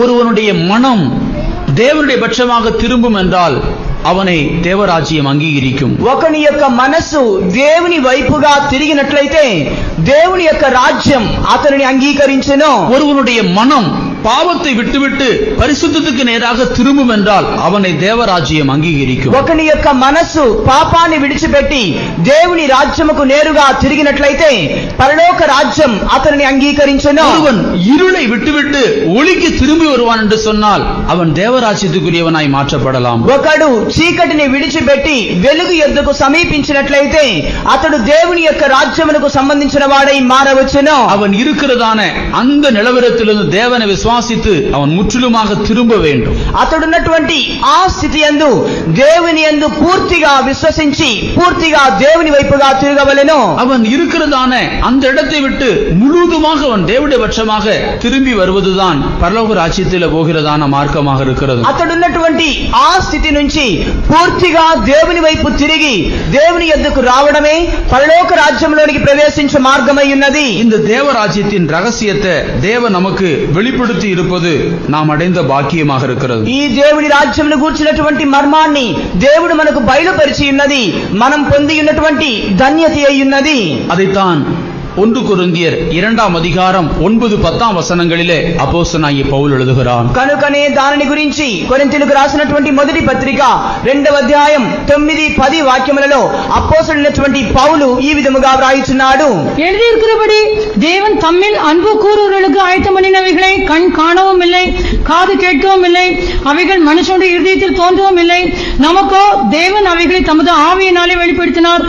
அந்த ஆவியானவர் எல்லாவற்றையும் தேவனுடைய ஆழங்களையும் ஆராய்ந்திருக்கிறார். தேவன் தம்மில் அன்பு கூறுவர்களுக்கு ஆயத்தம் பண்ணினவைகளை ஒரு கண்ணும் காணவும் இல்லை, எந்த காதும் கேட்கவும் இல்லை. దేవుడు తన్ను ప్రేమించు వారికి సిద్ధపరిచిన వాటిని ఏ నేత్రము చూడలేదు, ఏ చెవి కూడా వినలేదు. அவைகள் மனுஷனுடைய இருதயத்தில் தோன்றக்கூட இல்லை. అవి మనుష్య హృదయంలో గోచరము కూడా కాలేదు. ஆனால் நமக்கோ தேவன் அவைகளை ஆவியினால வெளிப்படுத்தி இருக்கிறார். మనకైతే దేవుడు వాటిని ఆత్మ ద్వారా బయలుపరిచి ఉన్నారు. தேவன் ஆவியினாலே தான் தம்முடைய ராஜ்யத்தை குறித்த సత్యங்களை మనుషునికి வெளிப்படுத்தி இருக்கிறார். దేవుడు ఆత్మ ద్వారానే తన రాజ్యమును గురించినటువంటి సత్యాన్ని బయలుపరిచి ఉన్నారు. தேவன் தம்மிடத்தில் அன்பு கூறுகிறதான ஜனங்களுக்கு மகிமையான ராஜ்யத்தை ஆயத்தப்படுத்தி வைத்திருக்கிறார். దేవుడు తన్ను ప్రేమిస్తున్నటువంటి ప్రజలకు మహిమ కలిగినటువంటి రాజ్యాన్ని సిద్ధపరిచి ఉన్నారు. அவைகளை கண்ணால காண முடியவில்லை, காதால கேட்க முடியவில்லை, இருதயத்தில் தோன்றக்கூட இல்லை. వాటిని కంటితో చూడలేకపోవచ్చున్నాము, మన చెవులకి వినబడలేదు, మన హృదయంలో అది గోచరము కూడా కావడం లేదు. நமக்கோ தேவன் தம்முடைய ஆவியினால் அவைகள் எல்லாம் வெளிப்படுத்தி கொடுத்திருக்கிறார். మనకైతే దేవుడు తన ఆత్మ ద్వారా వాటిని బయలుపరిచి ఉన్నారు. அதற்காக நாம் கரங்களை உயர்த்தி அவரை ஸ்தோத்திரிப்போம். Praise the Lord. சோத்ரம் சோத்ரம் சோத்ரம் சோத்ரம் சோத்ரம் சோத்ரம் சோத்ரம் சோத்ரம் சோத்ரம் சோத்ரம் சோத்ரம். இந்த ராஜ்யம் காணக்கூடிய ராஜ்யம் அல்ல. ఈ రాజ్యం అన్నది దృశ్యమైనటువంటి రాజ్యము కాదు.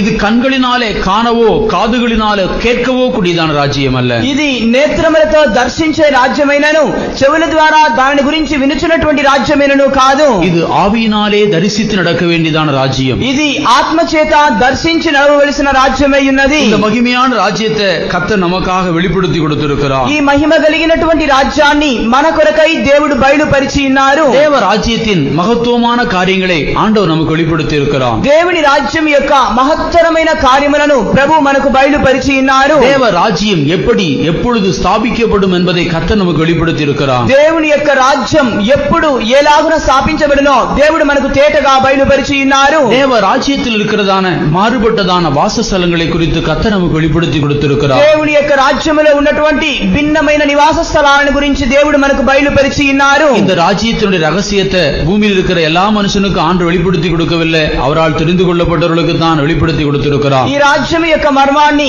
దేవుడు అందరికీ భూమిలో ఉన్న వారికి బయలుపరచలేదు, కానీ తన చేత ఏర్పరచబడిన వారికే ఆయన ఈ మర్మములను బయలుపరిచి ఉన్నారు. இந்த தேவ ராஜ்யத்தின் சத்தியத்தை குறித்து ஒரு மனுஷனுக்கு பிரசங்கித்தால் அவனால் அதை விசுவாசிக்கவோ ஏற்றுக்கொள்ளவோ முடியாது. ఈ దేవుని రాజ్యంలో కూర్చున్నటువంటి మర్మం ఒక మనుషునికి ప్రకటించబడినట్లయితే అతడు దానిని స్వీకరించి దానిని విశ్వసించనేరడు. ஆண்டவரோ இந்த மகிமையான ராஜ்யத்தை விசுவாசிக்கத்தக்கதான விசுவாசத்தை நமக்குள்ள தந்தபடினாலே நாம் அவருக்கு நன்றியுள்ளவர்களாய் காணப்பட வேண்டும். ప్రభు అయితే మనకు ఈ మహిమ కలిగిన రాజ్యమును కూర్చున్నటువంటి సత్యమును మనకు అనుగ్రహించి దాన్ని విశ్వసించదగినటువంటి ఒక విశ్వాసాన్ని మనకు అనుగ్రహించినందుకై మనం దేవునికి కృతజ్ఞత కలిగిన వారమై ఉండాలి. இந்த தேவ ராஜ்யத்தை ஸ்தாபிக்கும்படிதான் தேவகுமாரனாய் கிறிஸ்து பரலோகத்திலிருந்து பூமிக்கு இறங்கி வந்தார். ఈ దైవ రాజ్యాన్ని స్థాపించబడడానికే దేవుని కుమారుడైనటువంటి క్రీస్తు పరలోకము నుంచి ఈ భూమికి దిగి వచ్చి ఉన్నారు. நாம் பெற்றுக்கொண்டிருக்கிறதான இந்த தேவ ராஜ்யத்தினுடைய ரகசியத்தை சாத்தான் கொள்ளை கொண்டு போகாதபடிக்கு காத்துக்கொள்ள வேண்டியது நம்முடைய கடமையாக இருக்கிறது. మనం పొందినటువంటి ఈ దేవుని రాజ్యమును కూర్చున్నటువంటి మర్మాన్ని మనం నష్టపరచబడకుండా సాతాను వచ్చి వాటిని దొంగలించుకొనకుండా కాచుకొనవలసినది మన యొక్క బాధ్యత అయి ఉన్నది. இந்த தேவ ராஜ்யத்தை குறித்தான மகிமையான நம்பிக்கையை வெளிப்படுத்தல பறித்து கொள்ளும்படிதான் சாத்தான் போராடி கொண்டிருக்கிறான். ఈ దేవుని రాజ్యమును కూర్చున్నటువంటి మహిమ కలిగినటువంటి ప్రకటనను మహిమ కలిగినటువంటి దర్శనాన్ని దోచుకోవడానికే సాతాను ప్రయాస ప్రయాసపడుచున్నాడు. ஆகினாலே இந்த தேவ ராஜ்யத்தினுடைய ரகசியத்தை நாம் நமக்குள்ளே வைத்து காத்துக்கொள்ளுவோம். కనుక ఈ దేవుని రాజ్యంలో కూర్చున్నటువంటి రహస్యాన్ని మనం మనలో ఉంచుకొని కాచుకుందాము. இந்த தேவ ராஜ்யத்திற்காகவே நாம் அழைக்கப்பட்டிருக்கிறோம் என்கிறதான உண்மையை நம்முடைய இருதயத்தில் பதித்து வைத்துக் கொள்ளுவோம். ఈ దేవుని రాజ్యము కొరకే మనం పిలువబడి ఉన్నామనే వాస్తవాన్ని మన హృదయమందు మనం ముద్రించుకుందాము. வெளிப்படுத்தின விசேஷம் 10ஆம் அதிகாரம் 6ஆம் வசனத்தில் வாசிக்கிறோம் தேவ ரகசியம் என்று. ప్రకటన గ్రంథం 10వ అధ్యాయం 6వ వాక్యమందు మనం చదువుచున్నాము దేవుని యొక్క మర్మమని చదువుచున్నాము. தேவன் ஒரு ரகசியமாக இருக்கிறார். దేవుడే ఒక మర్మమై ఉన్నారు. இனி காலம் செல்லாது, ஆனாலும் தேவன் தம்முடைய ஊழியக்காரராகிய தீர்க்கதரிசிகளுக்கு சுவிசேஷமாய் அறிவித்தபடி 7ஆம் தூதனுடைய சத்தத்தின் நாட்களிலே அவன் எக்காலம் ஊதப் போகிற போது தேவ ரகசியம் நிறைவேறும் என்று. ஆம், தேவ ரகசியம் நிறைவேறும். 10వ అధ్యాయం 6వ వాక్యం దేవుని యొక్క మర్మం నెరవేర్చబడును. இன்றைக்கு மனிதனுக்கு தேவன் ஒரு பெரிய ரகசியமாக இருக்கிறார். ఈనాటు మనుషునికి దేవుడే ఒక గొప్ప మర్మమై ఉన్నారు. இன்றைக்கு மனிதன் சிருஷ்டிகர்த்தரை விட்டுவிட்டு எத்தனையோ தெய்வத்தை அவன் ஆராதித்துக் கொண்டு வருகிறான். నేడు మానవుడైతే సృష్టికర్తను విడిచిపెట్టి అనేక మంది దేవతలను అతడు ఆరాధించుచున్నాడు. எத்தனையோ தெய்வத்தை அவன் தனக்காக வைத்திருக்கிறான். అనేక మంది దేవతలను అతడు తన నిమిత్తమై ఉంచుకొని ఉన్నాడు. எத்தனையோ விதங்களில் தேவனை அவன் தொழுது கொள்ள தேவனை கண்டுகொள்ள பிரயாசப்படுகிறான். అనేక విధములుగా దేవుని సేవించడానికి దేవుని కనుగొనడానికి అతడు ప్రయాసపడుచున్నాడు. அலைந்து திரிந்து காலத்தை வீணாக்கி உண்மையான தேவனை காண முடியாதவனாகவே மனிதன் அனுதினமும் எத்தனையோ பேர் மரித்துக் கொண்டிருக்கிறார்கள். తిరిగి ప్రయాసపడి నిజమైనటువంటి దేవుని కనుగొనలేకుండానే అనేక మంది మనుషులు అనుదినము కూడా నశించిపోవచ్చున్నారు. இந்த தேவ ரகசியம் நிறைவேறத்தக்கதான ஒரு காலம் வரப்போகிறது. ఈ దైవ మర్మమున్నది నెరవేర్చబడవలసినటువంటి ఒక కాలం రాబోచున్నది. தேவ ரகசியம் நிறைவேறத்தக்கதான காலம் வருவதற்கு முன்பாக தேவனுடைய ரகசியங்களை ஒரு மனிதன் அறிந்தால் அது அவனுக்கு நலமாக இருக்கும். దేవుని యొక్క మర్మం సమాప్తమగు ఒక దినం రావడానికి ముందుగానే ఆ మర్మాన్ని ఒక మనుషుడు తెలుసుకున్నట్లయితే అది అతనికి శ్రేయస్కరమై ఉండును. இந்த தேவன் மனிதன் காணக்கூடாத இடத்திலே வாசம் பண்ணுகிறதான தேவனாக இருந்தவர்தான். ఈ దేవుడు మనుషుడు చూడలేనటువంటి ఒక స్థలమందు నివసించినటువంటి వారే. மனிதன் பிரவேசிக்க முடியாத ஒளியினிடத்திலே அவர் வாசமாய் இருந்தவர்தான். మానవుడు ప్రవేశించలేనటువంటి వెలుగులో ఆయన నివసించిన వారే. ஆனாலும் இந்த தேவன் எல்லா மனிதனும் காணும்படியாக இந்த பூமியில இறங்கி வந்தார். అయితే ఈ దేవుడు మనుషులందరూ చూసినట్లుగా ఈ భూమి మీదికి దిగి వచ్చెను. அவர் மனுஷ ரூபமாய் காணப்பட்டார். ఆయన మానవ రూపముగా కనబడెను. அவர் ஒரு மனுஷ ரூபத்தை எடுத்து இந்த பூமியிலே வந்தவர். ఆయన ఒక మానవ రూపాన్ని దాల్చి ఈ భూమికి వచ్చి ఉన్నారు. அவர் தம்மை தாமே வெறுமையாக்கி ஒரு அடிமையின் ரூபம் எடுத்து மனுஷ சாயலாகவே இந்த பூமியில வந்தார். ఆయన తన్ను తానే రిక్తముగా చేసుకొని దాసుని రూపము దాల్చి ఆయన ఈ భూమికి వచ్చెను.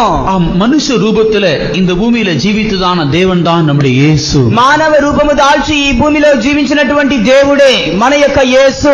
ஒரு மனிதனுடைய பாவத்தை சுமப்பதற்காக மனித அவதாரம் எடுத்து பூமியிலே வந்து அவர் அந்த அவதாரத்தோடு கூட தன்னுடைய ஜீவனை மனிதனுக்காக சிலுவையிலே தந்து பரலோகத்துக்கு ஏறி போனவர். ఒక మానవ అవతారములో ఈ భూమికి వచ్చి అదే అవతారం అందే ఆయన సిలువలో మరణించి ఈ భూమి నుంచి ఆయన పరమునకు ఆరోహణమైన వారు. அவர் மனுஷ குமாரனாக மனுஷனுக்கு தன்னை வெளிப்படுத்தி காண்பித்த தேவன்.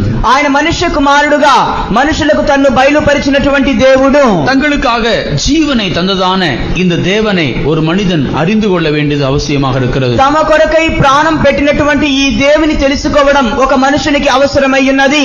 தேவன் அறிந்து கொள்ளத்தக்கதான தேவ ரகசியம் நமக்கு வெளிப்பட்டிருக்கிறது. దేవుని గూర్చి తెలుసుకునవలసినటువంటి దేవుని యొక్క మర్మమున్నది మనకు బయలుపరచబడి ఉన్నది. நாம் பிதாவாகிய தேவனையும் குமாரனாகிய கிறிஸ்துவையும் நாம் அறிந்து கொண்டவர்களாக இருக்கிறோம். తండ్రి అయినటువంటి దేవుని కుమారుడైనటువంటి క్రీస్తుని మనం ఎరిగి ఉన్నాము. தேவனுடைய நாமத்திற்கு மகிமை உண்டாகட்டும். దేవుని యొక్క నామమునకు మహిమ కలుగును గాక. இந்த தேவனுடைய ரகசியம் நிறைவேறத்தக்கதான நாள் எது? ఈ దేవుని యొక్క మర్మం నెరవేర్చబడవలసిన దినం ఏమిటి? வெளிப்படுத்தின விசேஷம் 11ஆம் அதிகாரம் 15ஆம் வசனத்தில் வாசிக்கிறோம். ప్రకటన గ్రంథం 11వ అధ్యాయం 15వ వాక్యమును చదువుచున్నాము. 7ஆம் தூதன் எக்காலம் ஊத போகிறதான வேளை. 7వ దూత తన బూరను ఊదుచున్నటువంటి సమయము. உலகத்தின் ராஜ்யங்கள் நம்முடைய கர்த்தருக்கும் அவருடைய கிறிஸ்துவுக்குரிய ராஜ்யங்களாயின. ఈ లోక రాజ్యం మన ప్రభు రాజ్యమును ఆయన క్రీస్తు రాజ్యములాయెను. அவர் சதா காலங்களிலும் ராஜ்யபாரம் பண்ணுவார் என்னும் கம்பீர சத்தம் வானத்தில் కాలములో ఉండానది. ఆయన సదాకాలము వరకు ఏలుబడి చేయుననే గంభీరమైనటువంటి ధ్వని ఆకాశమందు పుట్టెను. இந்த தேவன் யார் என்று மனிதன் எப்பொழுது கண்டுகொள்ளுவான்? ఈ దేవుడు ఎవరని ఒక మనుషుడు ఎప్పుడు గ్రహించుకొనునో? ஆண்டவராய் இயேசு கிறிஸ்துவினுடைய வருகைக்கு பிறகு இந்த பூமியிலே 7 ஆண்டு காலம் உபத்திரவ காலம் உண்டாக போகிறது. ప్రభువైన యేసు క్రీస్తు యొక్క రాకడ తరువాత ఈ భూమి మీదకు 7 సంవత్సరముల శ్రమల కాలం రాబోచున్నది. 2-3 ஆண்டு மகா உபத்திரவ காலத்திலே கோப கலசங்கள் தேவதூதனாலே ஊற்றப்பட போகிறது. 2-3.5 సంవత్సరాల కాలమందు దేవుని యొక్క ఉగ్రత పాత్రలున్నది దేవుని దూతల ద్వారా ఈ భూమి మీదకి పోయబడుచున్నవి. பூமியிலே இதுவரையிலும் சந்தித்திராதான அநேக உபத்திரவங்கள் பூமிக்கு உண்டாக போகிறது. ఈ భూమిలో ఇంతవరకు ఎదుర్కొనబడినటువంటి అనేకమైన శ్రమలు ఈ భూమికి కలుగబోచున్నవి. அதன் பிறகு அர்மகதோன் யுத்தத்துக்கு பிறகு 1000 வருட அரசாட்சி స్థాపించబட போகிறது. అటు తరువాత అర్మగదోన్ యుద్ధము జరిగి అటు తరువాత 1000 ఏండ్ల పరిపాలన స్థాపించబడబోచున్నది.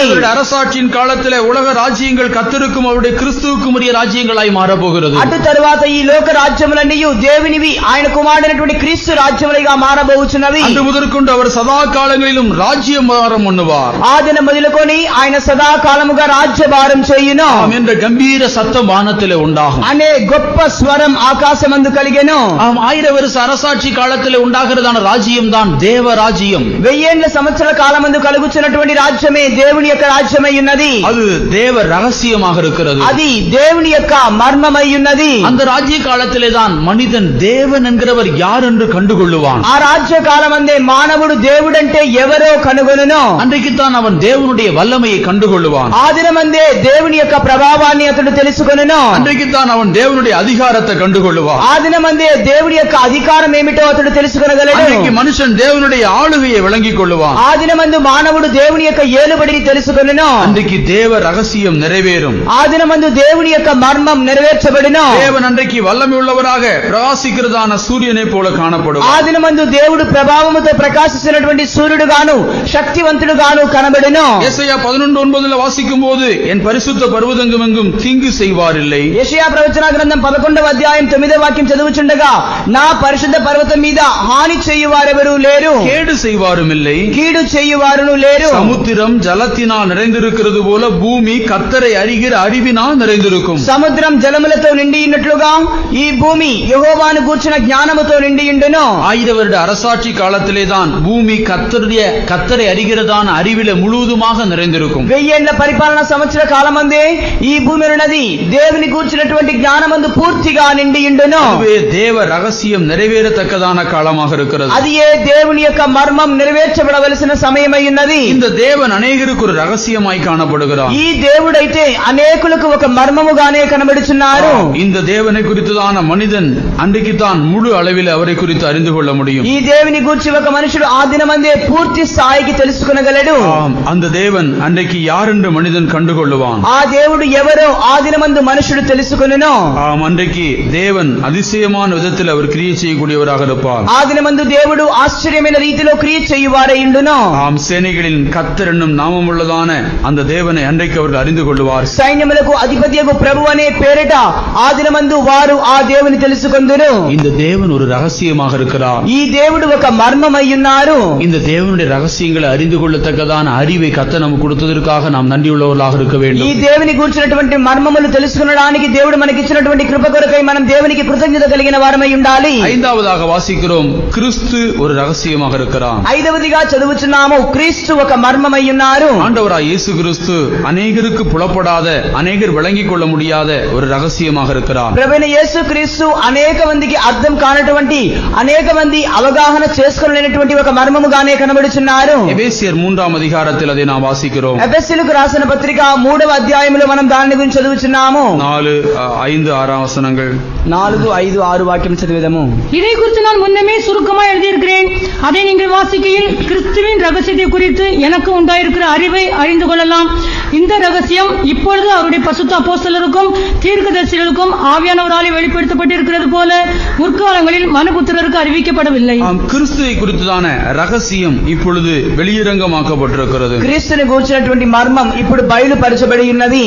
கிறிஸ்துவை குறித்துதான ரகசியத்தை குறித்து எனக்கு உண்டாயிருக்கிற அறிவை அறிந்து கொள்ளலாம். క్రీస్తుని గూర్చినటువంటి మర్మాన్ని గూర్చిన జ్ఞానాన్ని నాకున్నంత అంత మటుకు మెరుగవచ్చును. இந்த ரகசியம் இப்பொழுது அவருடைய பரிசுத்த அப்போஸ்தலருக்கும் தீர்க்கதரிசிகளுக்கும் ஆவியானவராலே வெளிப்படுத்தப்பட்டிருக்கிறது. ఈ మర్మం అన్నది ఇప్పుడు తన యొక్క పరిశుద్ధ అపోస్తలులకును ప్రవక్తలకును ఆత్మ ద్వారా బయలుపరచబడి ఉన్నది. முற்காலங்களிலே மனுபுத்திரருக்கு அது அறிவிக்கப்படவில்லை. పూర్వ దినముల యందు మనుషులకు అది బయలుపరచబడలేదు.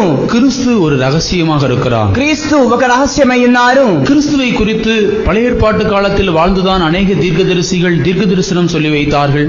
క్రీస్తు ముందుగా పాత నిబంధన కాలంలో జీవించినటువంటి అనేక మంది ప్రవక్తలు క్రీస్తుని గురించి వారు ప్రవచనములు చెప్పి ఉన్నారు. யூதர்கள் மேசியா வருவார் என்று விசுவாசித்தார்கள். యూదులు మెస్సయా వచ్చునని వారు విశ్వసించిరి. ஆனாலும் இந்த மேசியா வந்து பிறந்ததான இடமோ அவர்களால் நம்பக்கூட முடியாத இடமாக இருந்தது. మెస్సయా వచ్చి జన్మించిన స్థలమైతే వారు నమ్మలేనటువంటి ఒక స్థలమై ఉండెను. மேசியா வந்து தங்களை மீட்டுக் கொள்வார், தங்களுக்கு ஒரு ரட்சிப்பை தருவார் என்று விசுவாசித்தார்கள். మెస్సయా వచ్చి తమను విమోచించుకొనును, తమకు ఒక రక్షణ అనుగ్రహించునని వారు తలంచిరి. ரோம அரசாங்கத்திலிருந்து தங்களுக்கு ஒரு விடுதலை பெற்று தருவார் என்று விசுவாசித்தார்கள். రోమా ప్రభుత్వం నుంచి తమకు ఒక విడుదల పొంది ఇచ్చునని వారు విశ్వసించిరి. ஆனாலும் இந்த மேசியாவோ ஒரு மாட்டு தொழுவத்திலே வந்து ஒரு தச்ச குடும்பத்திலே பிறந்திருக்கிறார். இவர் எப்படி ரோமரை எதிர்த்து இந்த மீட்பை சம்பாதித்துக் கொடுக்க முடியும் என்றுதான் அவர்கள் எண்ணிக்கொண்டிருந்தார்கள். అయితే ఈ యేసు ప్రభు అయితే ఆయన ఒక వడ్రంగి వాని కుమారుని ఇంటిలో ఒక పశువుల పాకలో వచ్చి జన్మించి ఉన్నారు. ఈయన ఎలాగున ఒక విమోచన మనకు కలుగు చేయరని వారు తలంచుచుండిరి. கிறிஸ்து யார், அவரை பிதா ஏன் அனுப்பினார், அவர் செய்ய போகிறதான மீட்பின் கிரியை என்ன, இதை குறித்தெல்லாம் அவர்கள் அறிய முடியாதவர்களாய் காணப்பட்டார்கள். క్రీస్తు ఎవరై ఉన్నారు, తండ్రి అయినటువంటి దేవుడు ఆయన ఎందుకని పంపించి ఉన్నారు, ఆయన చేయబోచున్నటువంటి విమోచన క్రియ ఎట్టిదో ఇవి ఏవి కూడా వారు గ్రహించలేని వారై ఉండిరి. கிறிஸ்துவை குறித்து அன்றைக்கு வாழ்ந்ததான ஜனங்கள் விளங்கிக் கொள்ளவே முடியவில்லை. క్రీస్తుని గూర్చి ఆ దినమందు బ్రతికిన ప్రజలు ఎంత మాత్రం అవగాహన చేసుకోలేకుండా పోయిరి. அவரை பின்பற்றி வந்ததான சீசர்கள் கூட அவருக்குள் இருக்கிறதான மறைந்திருக்கிறதான சத்தியத்தை முழுதுமாக விளங்கிக் கொள்ள முடியவில்லை. ఆయనను వెంబడించినటువంటి శిష్యులు సైతం కూడా ఆయనలో మరుగైనటువంటి ఆ మర్మాన్ని పూర్తిగా వారు తెలుసుకోలేకుండా పోయిరి. நான் எருசலேமிலே பாடுபடவும் சிலுவையிலே அறையப்படவும் கடந்து போகிறேன் என்று சொன்னபோது அதை அவர்கள் அங்கீகரிக்க ஏற்றுக்கொள்ள முடியவில்லை. నేను యెరూషలేములోకి వెళ్లి శ్రమ పడను, నేను చంపబడబోచున్నానని ఆయన చెప్పుచుండగా వారు దాన్ని స్వీకరించి అంగీకరించలేకపోయిరి. பேதுரு அவரை கடிந்து கொள்ள தொடங்கினான். పేతురు ఆయనను గద్దించడానికి ప్రారంభించెను. ஆண்டவரே, இது உமக்கு நேரிடக்கூடாது, ప్రభువా ఇది నీకు తటస్థించకూడదు, இது உமக்கு சம்பவிப்பதில்லை, ఇది నీకు సంభవించబోవడం లేదు. பேதுரு இப்படி அவரை கடிந்து கொள்ள தொடங்கினான். ఈ విధముగా పేతురు ఆయనను గద్దించడానికి ప్రారంభించెను. பேதுருவை பார்த்து ஆண்டவர் சொன்னார், அப்பாலே போ சாத்தான் என்று சொன்னான். పేతురుని చూచి ప్రభువు చెప్పెను, నా వెనుకకు పొమ్ము సాతానా. பேதுரு இந்த ரகசியத்தை அறியாதபடிக்கு அவன் சிலுவை மரணத்துக்கு எதிர்த்து நிற்கக்கூடியவனாய் காணப்பட்டான். పేతురు యొక్క మర్మాన్ని ఎరుగని రీతిలో శిలువ మరణానికి అతడు విరోధిగా కనబడి ఉన్నాడు. சிலுவையிலே அவர் போய் மரித்தால் தான் தனக்கு பாவ மன்னிப்பு கிடைக்கும், அப்பொழுதுதான் தேவராஜ்யத்தில் போக முடியும் என்கிற சத்தியத்தை அவன் அறிந்திருப்பான் என்று சொன்னால் அவரை சந்தோஷத்தோடு கூட அனுப்பி வைத்திருப்பான். క్రీస్తు శిలువ వేయబడవలెను, దాని ద్వారానే దేవుడు నాకు విమోచనను రక్షణను అనుగ్రహించునని అతడు ఆ యొక్క మర్మాన్ని తెలిసి ఉన్నట్లయితే సంతోషముగా అతడు క్రీస్తుని పంపించి ఉండును. கிறிஸ்து ஒரு ரகசியமாகவே காணப்பட்டார். క్రీస్తు ఒక మర్మముగానే కనబడి ఉన్నారు. அவருடைய கிரியைகள் ரகசியமாக இருந்தது. ఆయన యొక్క క్రియలు మర్మమై ఉండెను. அவர்களை ஆசாரியர்கள் விளங்கிக் கொள்ள முடியவில்லை. ఆయనను యాజకులు అవగాహన చేసుకునలేకుండా ఉండిరి. வேதபாரகர்கள் புரிந்து கொள்ள முடியவில்லை. ధర్మశాస్త్రోపదేశకులు ఆయనను అర్థం చేసుకునలేకపోయిరి. பரிசேயராலே அவரை அறிய முடியவில்லை. పరిసయ్యులు ఆయనను తెలుసుకునలేకుండా పోయిరి. ஏன் இப்படி நடக்கிறார், ఎందుకు ఈయన ఈలాగున ஏன் அவர் இப்படி போதிக்கிறார், ఎందుకు ఈలాగున బోధించుచున్నారు, ஏன் இப்படியெல்லாம் அதிசயங்களை செய்கிறார், ఎందుకని ఇలాంటి అద్భుతములు ఈయన ஏன் చేయుచున్నారు, இந்த பாதையில் அவர் கடந்து போய் கொண்டிருக்கிறார், ఎందుకని ఈ త్రోవలో ఆయన గడిచి వెళ్ళుచున్నారు. அவர்களால் அறிந்து கொள்ள முடியாத ரகசியமாகவே அது వారు காணப்பட்டது. తెలుసుకున్న జాలనటువంటి మర్మముగానే అది కనబడి ఉన్నది. அவருடைய மரணம் வரையிலும் அதை அவர்களால் அறிந்து கொள்ள முடியவில்லை.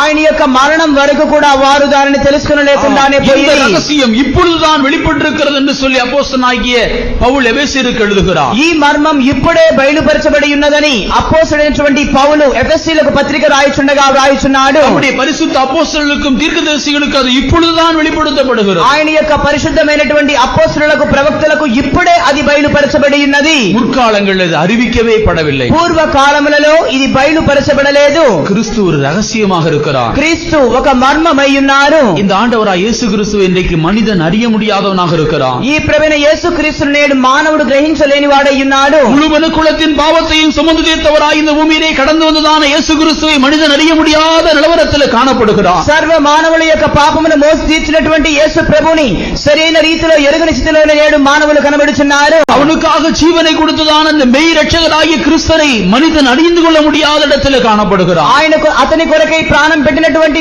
నిజమైన రక్షకుడైనటువంటి క్రీస్తును అతను గ్రహించుకోలేకుండానే స్థితిలో కనబడుచున్నాడు. அவனுடைய ஜீவனை எடுத்துக்கொள்ளத்தக்கதான இடத்திலே அவன் தன் கவனத்தை வைக்கிறான். தன் ஜீவனை தனக்காக கொடுத்ததான கிறிஸ்துவின் மீது அவன் கவனத்தை வைக்காதவனாக இருக்கிறான். తన యొక్క ప్రాణమును తీసుకుని వారుచున్న మీద అతడు లక్ష్యం ఉంచుతున్నాడు, కానీ తన యొక్క ప్రాణాన్ని అతని కొరకై ఉంచినటువంటి వారిని అతడు లక్ష్యం ఉంచలేకుండా పోవుచున్నాడు. அவனுடைய ஜீவனுக்கு மரணத்தை உண்டாக்கத்தக்கதான கொடிய வல்லமைகளிடத்திலே அவன் விசுவாசத்தை வைத்து அவைகளை பின்பற்றி போய் கொண்டிருக்கிறான்.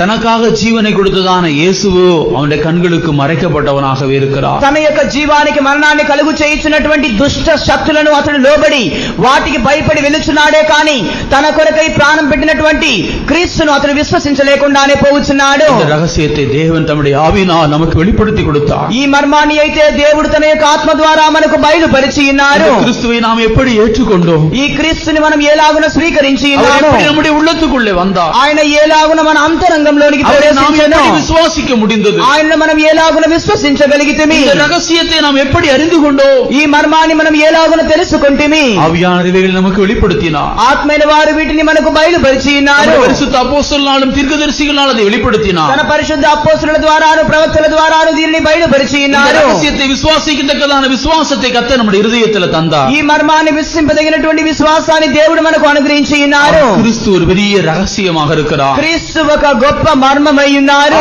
இந்த கிறிஸ்துவின் ரகசியத்தை அறிந்து கொள்ளத்தக்கதான அறிவும் வெளிப்படுத்தலும் கர்த்தர் நமக்கு தந்ததற்காக நாம் நன்றி உள்ளவர்களாக இருப்போம். ఈ క్రీస్తుని తెలుసుకునవలసిన విషయంలో దేవుడు మనకు అనుగ్రహించినటువంటి జ్ఞానము కొరకై మనం దేవునికి కృతజ్ఞత కలిగిన వారమై ఉందము. ஆறாவதாக கிறிஸ்துவும் சபையும் ஒரு பெரிய ரகசியமாக இருக்கிறது. ఆరవదిగా క్రీస్తు సంఘం ఒక గొప్ప మర్మమై ఉన్నారు. எபேசியர் 5ஆம் அதிகாரம் 32ஆம் வசனத்தில் வாசிக்கிறோம். ఎఫెసీయులకు రాసిన పత్రిక 5వ అధ్యాయం 32వ వాక్యం చదువుచున్నాము. இந்த ரகசியம் பெரியது, நான் கிறிஸ்துவை பற்றியும் சபையை பற்றியும் சொல்லுகிறேன். கிறிஸ்துவும் சபையும் ஒரு பெரிய ரகசியமாக இருக்கிறது. క్రీస్తు సంఘం ఒక గొప్ప మర్మమై ఉన్నది. இந்த கிறிஸ்துவுக்கும் சபைக்கும் இருக்கிறதான உறவு என்ன? ఈ క్రీస్తునకు సంఘానికి ఉన్నటువంటి సంబంధం ఏమిటి? இது ஒரு రహస్యமாக మనిదన్ విளங்கிக் கொள்ள முடியாத ஒரு రహస్యமாக காணப்படுகிறது. మానవుడు తెలుసుకొనలేనటువంటి ఒక రహస్యముగానే ఇది కనబడుచున్నది. கிறிஸ்துவுக்கும் சபைக்கும் இருக்கிறதான ஐக்கியம் என்ன? క్రీస్తునకు సంఘానికి ఉన్నటువంటి ఐక్యత ఏమిటి? கிறிஸ்து சபையை குறித்து வைத்திருக்கிறதான சிந்தை என்ன? క్రీస్తు సంఘాన్ని గురించి వచ్చినటువంటి మనస్సు ఏమిటి? 27ஆம் வசனத்தில் வாசிக்கிறோம். 27వ వాక్యం చదువుచున్నాము. கரை திரை முதலானவைகள் ஒன்றும் இல்லாமல் பரிசுத்தமும் பிழையற்றதுமான மகிமையுள்ள சபையாக அதை தமக்கு முன் நிறுத்திக் கொள்வதற்கும் தம்மை தாமே அதற்காக ஒப்புக் கொடுத்தார். கரை திரை பிழையற்றதான ஒரு பரிசுத்த சபையாக தம்மை அதற்குன்பாக நிறுத்திக் கொள்வதற்காக தம்மை தாமே அதற்காக ஒப்பு கொடுத்தார். కలంకమైనను మడత అయినను మచ్చ అయినను మరి అట్టిది ఏదీ లేకుండా పరిశుద్ధమైనది గాను నిర్దోషమైనది గాను మహిమ కలిగిన సంఘముగా ఆయన తన ఎదురు దాన్ని నిలబెట్టడానికి కోసమై ఆయన తన్ను తానే సమర్పించుకొని ఉన్నారు. கிறிஸ்துவுக்கும் நமக்கும் சபைக்கும் இருக்கிறதான அந்த ரகசியம் என்ன? క్రీస్తునకు సంఘానికి ఉన్నటువంటి ఆ మర్మం ఏమిటి?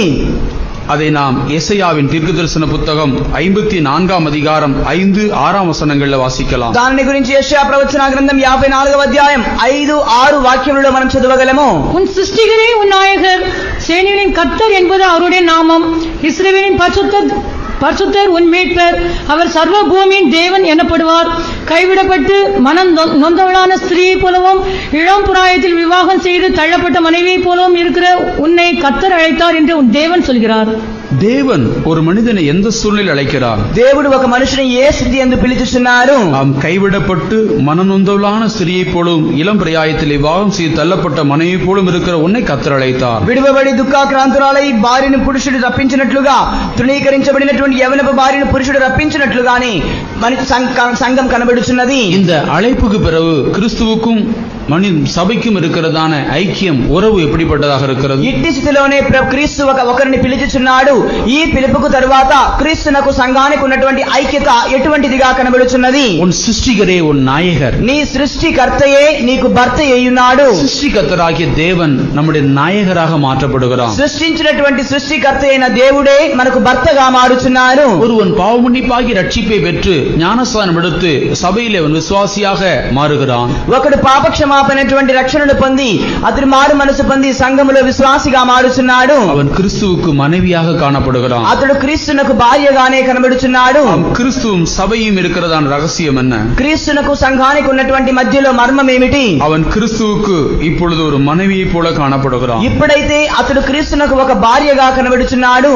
ஸ்திரீக்கு புருஷன் தலையாக இருக்கிறது போல கிறிஸ்து சபைக்கு தலையாக இருக்கிறார். ఏ విధముగా అయితే స్త్రీకి భర్త పురుషుడు ఉన్నవాడు శిరస్సు అయ్యున్నాడో అదే విధముగా సంఘమునకు శిరస్సు క్రీస్తు అయ్యున్నారు. சிருஷ்டிகராக இருக்கிறதான தேவன் நம்முடைய நாயகராக மாறுகிறான். సృష్టికర్తగా ఉన్నటువంటి దేవుడు తామే మనకు నాయకుడుగాను భర్తగాను మారుచున్నాడు. சபைக்கும் கிறிஸ்துவுக்கும் இருக்கிறதான உறவு ஐக்கியம் ஒரு மனைவிக்கும் ஒரு புருஷனுக்கும் இருக்கிறதான ஐக்கியத்துக்கு ஒப்பாக காணப்படுகிறது. సంఘమును క్రీస్తుకు ఉన్నటువంటి సంబంధం ఐక్యత ఉన్నది ఒక భార్యకు భర్తతో ఉన్నటువంటి ఐక్యతకు పోల్చబడి చెప్పబడుచున్నది. சபைக்கும் கிறிஸ்துவுக்கும் அது போன்றதான நிழலாட்டமான அனுபவத்திலே தான் இந்த எபேசியர் 5ஆம் அதிகாரத்தில் புருஷனுக்கும் மனைவிக்கும் ஒப்பிட்டு எழுதப்பட்டிருக்கிறது. సంఘమునకు క్రీస్తుకు ఉన్నటువంటి అటువంటి సందర్భములని సాదృశ్యముగా ఉంచబడి భార్యకు భర్తలకు ఉన్నటువంటి సంబంధాన్ని గురించి ఎఫెసీయులకు రాసిన పత్రికలో వ్రాయబడి ఉన్నది.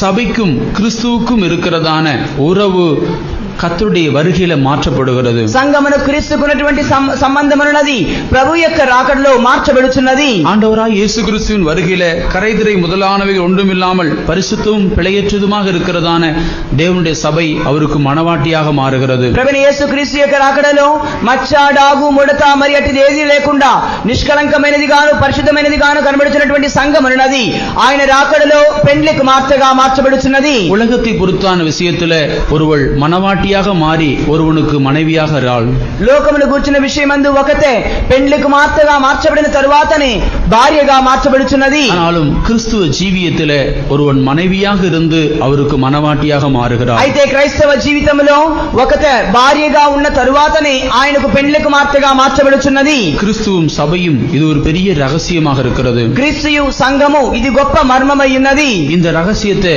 அறிந்து கொண்டு ஜீவிக்கிறவர்கள் தான் மணவாள் வரும் பொழுது மணவரை ప్రవేశిக்க முடியும். ఈ మర్మాన్ని ఎరిగిన జీవిస్తున్న వారే పెండ్లి కుమారుడు ఏతించుచున్నప్పుడు ఆయన యొక్క గదిలోనికి ప్రవేశించగలరు. நமக்கு அவர் நாயகராக இருக்கிறார். మనకు ఆయన నాయకుడై ఉన్నారు. సృష్టికర్త நம்முடைய நாயகராக காணப்படுகிறார். సృష్టికర్తే మనకు భర్త అయి కనబడుచున్నారు. அருமையான தேவனுடைய பிள்ளையே, ప్రియమైనటువంటి దేవుని యొక్క బిడ్డ, நம்முடைய సృష్టికర్తராகிய நம்முடைய ஆண்டவர் நம்முடைய நாயகராக இருக்கிறார். మన సృష్టికర్త అయినటువంటి మన ప్రభువే మనకు నాయకుడై ఉన్నారు. இவைகள் பெரிதான ரகசியமாக இருக்கிறது. ఇవన్నీ గొప్ప మర్మములై ఉన్నవి.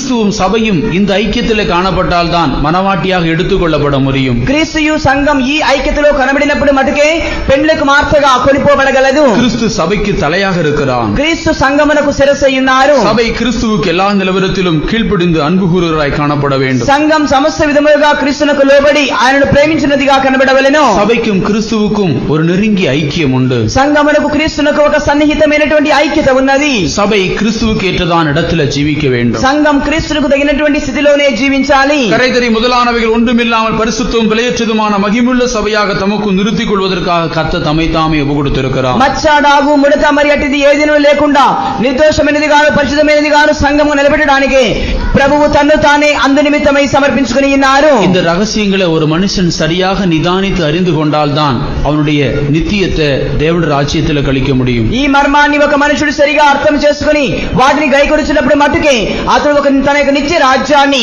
దేవునితో కూడా గడపగలడు. இந்த ரகசியங்களை ஒருவன் சரியாக ஆராய்ந்து நிதானிக்காவிட்டால் தன்னுடைய மகிமையான பந்தய பொருளை இழந்து போய் விடுவான். ఈ యొక్క మర్మాన్ని ఒకడు సరిగా పరిశీలన చేసి వాటిని నిదానించకుండా పోయినట్లయితే అతడు తన యొక్క పందెపు బహుమానాన్ని కోల్పోవును. இந்த காரியங்களை ஆராய்ந்து கண்டுபிடிக்கிறவர்கள் பலரும் பலவிதங்கள்ல வியாக்கியானம் பண்ணி கிறிஸ்துவ ஜீவியத்தை நஷ்டப்படுத்தி கொண்டிருக்கிறார். ఈ యొక్క విషయాన్ని పరిశీలన చేసి చూసుకునవలసిన వారు పలు విధమైనటువంటి వ్యాఖ్యానములు చేసి క్రైస్తవ జీవితాన్ని వారు నష్టపరుచుకొనిచున్నారు. இந்த ரகசியத்தை சிலர் மறுதலிக்கக்கூடியவர்களாய் காணப்படுகிறார். ఈ రహస్యాన్ని కొంతమంది తృణీకరించు వారై కనబడుచున్నారు. இந்த ரகசியத்தினுடைய பொருளை வேறு விதமாக புரிந்து கொண்டு தங்களுடைய ஜீவியத்தினுடைய ஓட்டத்தை வேறு திசையில ஓடும்படியாக திருப்பி விடுகிறார்கள். ఈ రహస్యం యొక్క భావాన్ని మరొక విధముగా వారు త్రిప్పుకొని తమ జీవితపు యొక్క పరుగుని వారు మరొక త్రోవలో మరల్చుకొని మరొక త్రోవలో వారు ముగించగోరుచున్నారు. தவளையை வைத்து ஆராய்ச்சி செய்கிறதான ஒருவன் ஒரு சந்தர்ப்பத்தில் ஒரு தவளையை பிடித்துக் கொண்டு வந்தான். కప్పను ద్వారా పరిశోధిస్తున్నటువంటి ఒకరు ఒకమారు ఒక కప్పను తీసుకుని వచ్చాను. தவளைக்கு இருக்கிறதான 4 கால்களிலே ஒரு காலை துண்டித்தான். ఆ కప్పకున్నటువంటి 4 కాళ్ళలో ఒక కాలును తుండించెను. அந்த தவளை பார்த்து ஜம்ப் என்று சொன்னான். ఆ కప్పను చూచి గంతులు వేయమని చెప్పాను. அது குதித்தது. అది గంతులు వేసెను. அவன் எழுதினான் தன்னுடைய நோட்டு புத்தகத்திலே. అతడు తన యొక్క నోట్ బుక్ లో ఇలాగ రాశాను. தவளைக்கு ஒரு கால் இல்லாவிட்டாலும் 3 கால் இருந்தால் அதனால் குதிக்க முடியும். కప్పకు ఒక కాలు లేకుండా పోయినను 3 కాళ్ళున్నను అది గంతులు వేయగలదు. இரண்டாவதாக மற்றொரு காலை வெட்டினான். రెండవదిగా మరొక కాలును కూడా నరికెను. இப்பொழுது அதற்கு 2 கால் தான் இருக்கிறது. ఇప్పుడు దానికి 2 కాళ్ళే ఉన్నవి. திரும்பமாக ஜம்ப் என்று சொன்னான். మరలా జంప్ అని చెప్పాను. அந்த தவளை 2 காலில் குதித்தது. ఆ యొక్క కప్ప 2 కాళ్ళలో గంతులు వేసెను. 2 காலையும் தவளைக்கு 2 காலை வெட்டிவிட்டாலும் அது குதிக்கும் என்று தன் நோட்டு புத்தகத்தில் குறிப்பெழுதினான். కప్పకు 2 కాళ్ళు నరికినను అది గంతులు వేయగలదని తన యొక్క నోట్ పుస్తకంలో అతడు గుర్తించెను. திரும்பமாக 3வது காலை வெட்டினான். తర్వాతదిగా 3వ కాలు నరికెను.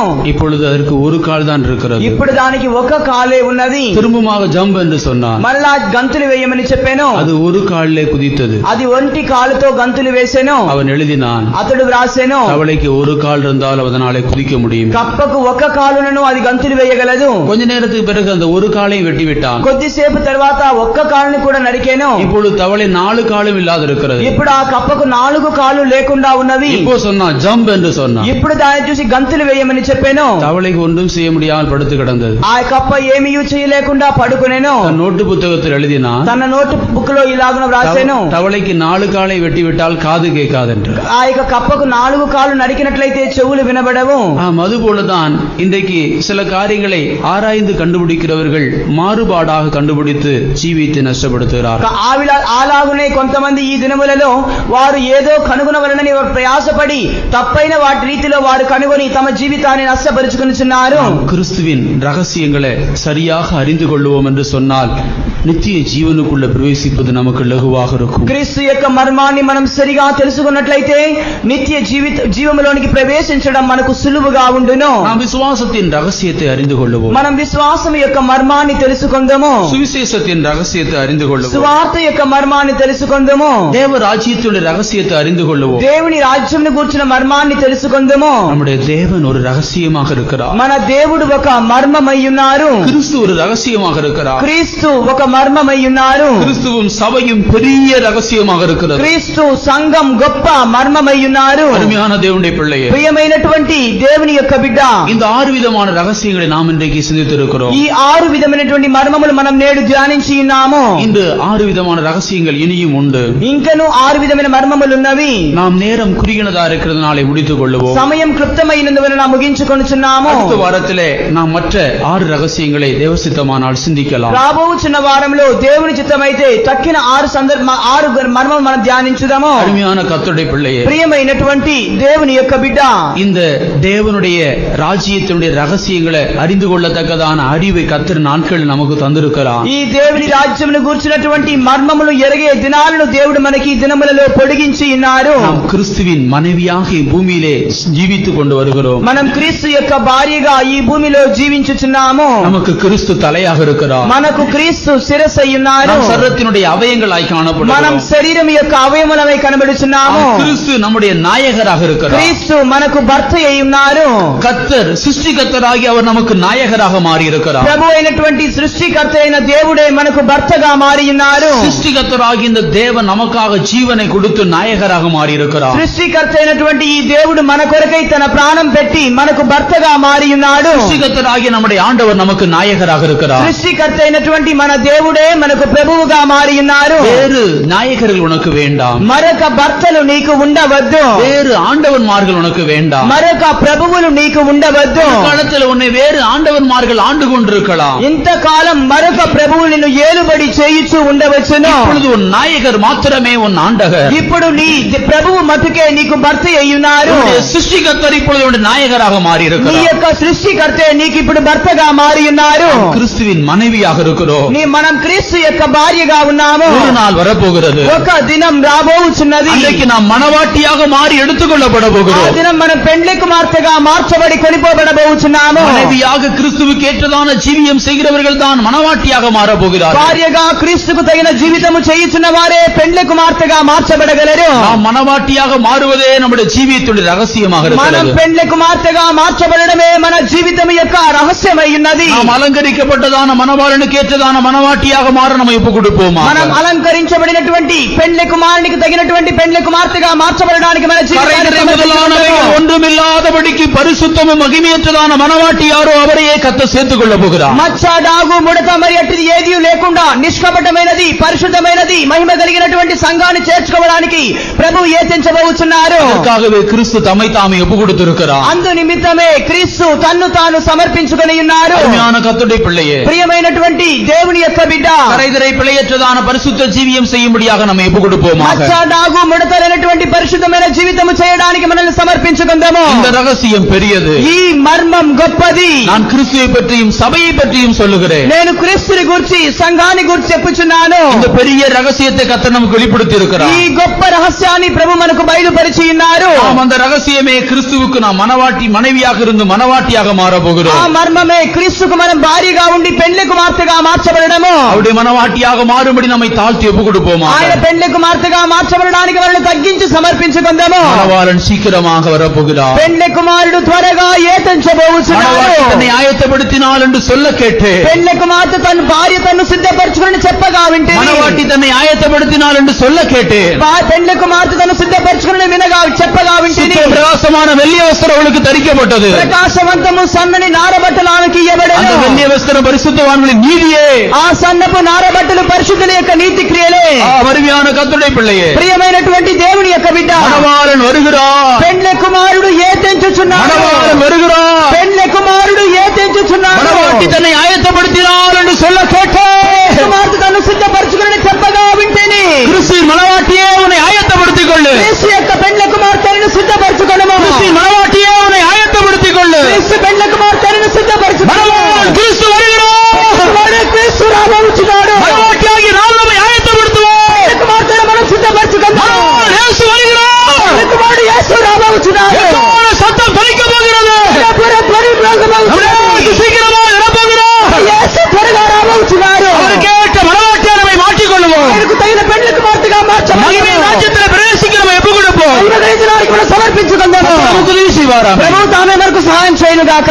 என் சிருஷ்டிகரே என் நாயகரே என்னை அமர்த்தினால் கொள்ளவே என் சிருஷ்டிகரே என் நாயகரே என்னை அமர்த்தினால் கொள்ளவே தன்னலையாம் ஒன்னீர் என்னை நிறுத்தி அரங்கிடா நன்றி சோமாசம் தங்கி தன்னலையாம் ஒன்னீர் என்னை நிறுத்தி அரங்கிடா நன்றி சோமாசம் தங்கி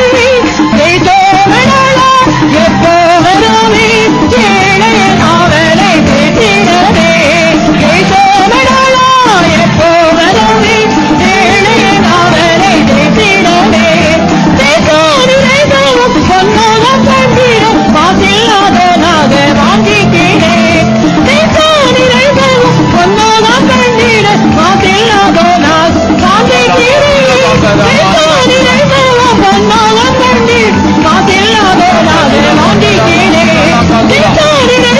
பொன்னோகம் கண்டிட பாசில்லாதனாக வாங்கிக்கிறே பொன்னோகம் கண்டிட பாசில்லாதனாக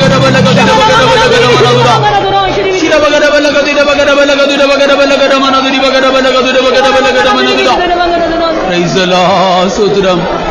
நம்முடைய விசுவாசத்தின் ரகசியத்தை நாம் சுத்த மனசாட்சியில காத்துக் கொள்ளுவோம். நம்முடைய தேவன் நமக்கு ஒரு பெரிய ரகசியமாக இருக்கிறார். கிறிஸ்து ஒரு ரகசியமாக இருக்கிறார். சபையும் கிறிஸ்துவும் ஒரு பெரிய ரகசியமாக இருக்கிறது. அருமையான கர்த்தருடைய பிள்ளையே, இந்த மகிமையான ரகசியங்களை கர்த்தர் தமது ஆவியினால் நமக்கு வெளிப்படுத்தி இருக்கிறார். கர்த்தர் தமது ஆவியினால் நமக்கு வெளிப்படுத்தி இருக்கிறார். இன்னும் ரகசியங்களை கர்த்தர் தமது ஆவியினால் நமக்கு வெளிப்படுத்தட்டும். நம்முடைய ஆவியினால் நமக்கு வெளிப்படுத்தப்பட்டதான இடத்தில் நாம் ஜீவிக்க நம்ம ஒப்பு கொடுப்போம். ஆண்டவர் நம் ஒவ்வொருவருக்கும் அதற்கேற்றதான கிருபை தரும்படியாக நாம் அவரை சோதரிப்போம். தோதுராம் தோதுராம் தோதுராம் தோதுராம் தோதுராம் தோதுராம் தோதுராம் தோதுராம் தோதுராம் தோதுராம் தோதுராம் தோதுராம் தோதுராம் தோதுராம் தோதுராம் தோதுராம் தோதுராம். இந்த ரகசியத்தை கர்த்தர் தமது அப்போஸ்தலர்கள் பரிசுத்த தீர்க்கதரிசி மூலமாக நமக்கு வெளிப்படுத்தி கொடுத்ததற்காய் சோதரிப்போம். தோதுராம் தோதுராம் தோதுராம் தோதுராம் தோதுராம் தோதுராம். நமக்கு வெளிப்படுத்தப்பட்டிருக்கிறதான் அந்த ரகசியத்தின்படி ஜீவிக்க, இந்த ரகசியத்தின்படி நாம் ஜீவித்து ரகசிய வருகையில் எடுத்துக்கொள்ளப்பட கிருபை தரும்படியாய் சோதரிப்போம். சோதுராம் தோதுராம் தோதுராம் தோதுராம். எல்லா கணமகிமையும் அவருக்கே செலுத்தி சோதரிப்போம். தோதுராம் தோதுராம். பிதாவாகிய தேவனை சோதரிப்போம். தோதுராம் தோதுராம். குமாரனாய் கிறிஸ்துவை சோதரிப்போம். தோதுராம் தோதுராம். சுத்தாவியானவரை சோதரிப்போம். தோதுராம் தோதுராம் தோதுராம் தோதுராம் தோதுராம் தோதுராம். எங்களை அருமையா நேசிக்கிற நல்ல தோப்பனை நல்ல விளைக்காமோ ஸ்தோத்திரம் கர்த்தாவே. எங்களை கூட்டம் தொடக்க மட்டும் கடைசிமட்ட சமம் கூட இருந்தபடி ஆளுமோ ஸ்தோத்திரம்.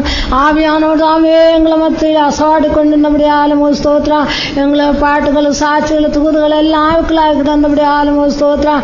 ஆண்டவரே சமாதானற்று வந்த மக்களது சமாதானத்தை சந்தோஷத்தை இளைப்பாறுதலையும் கொடுத்தபடி ஆளுமோ ஸ்தோத்திரம்.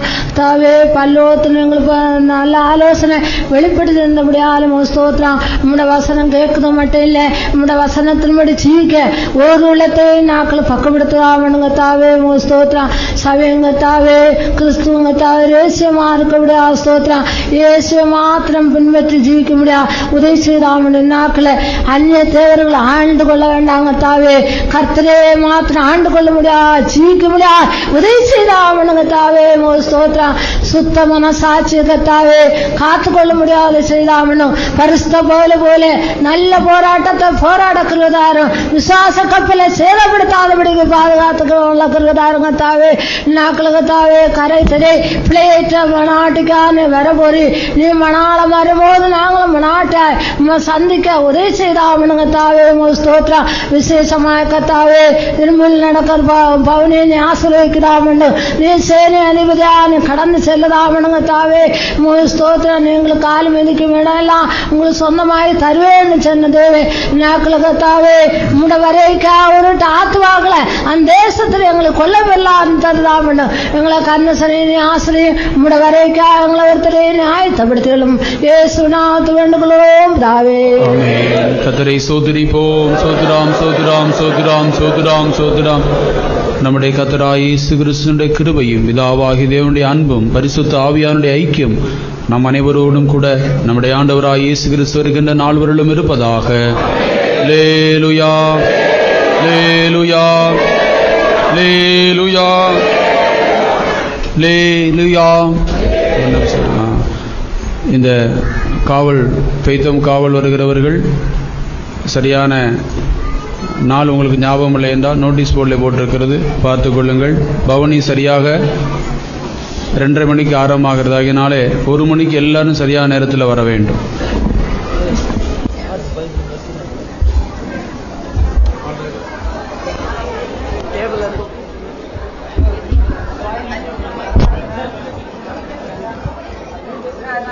Yeah.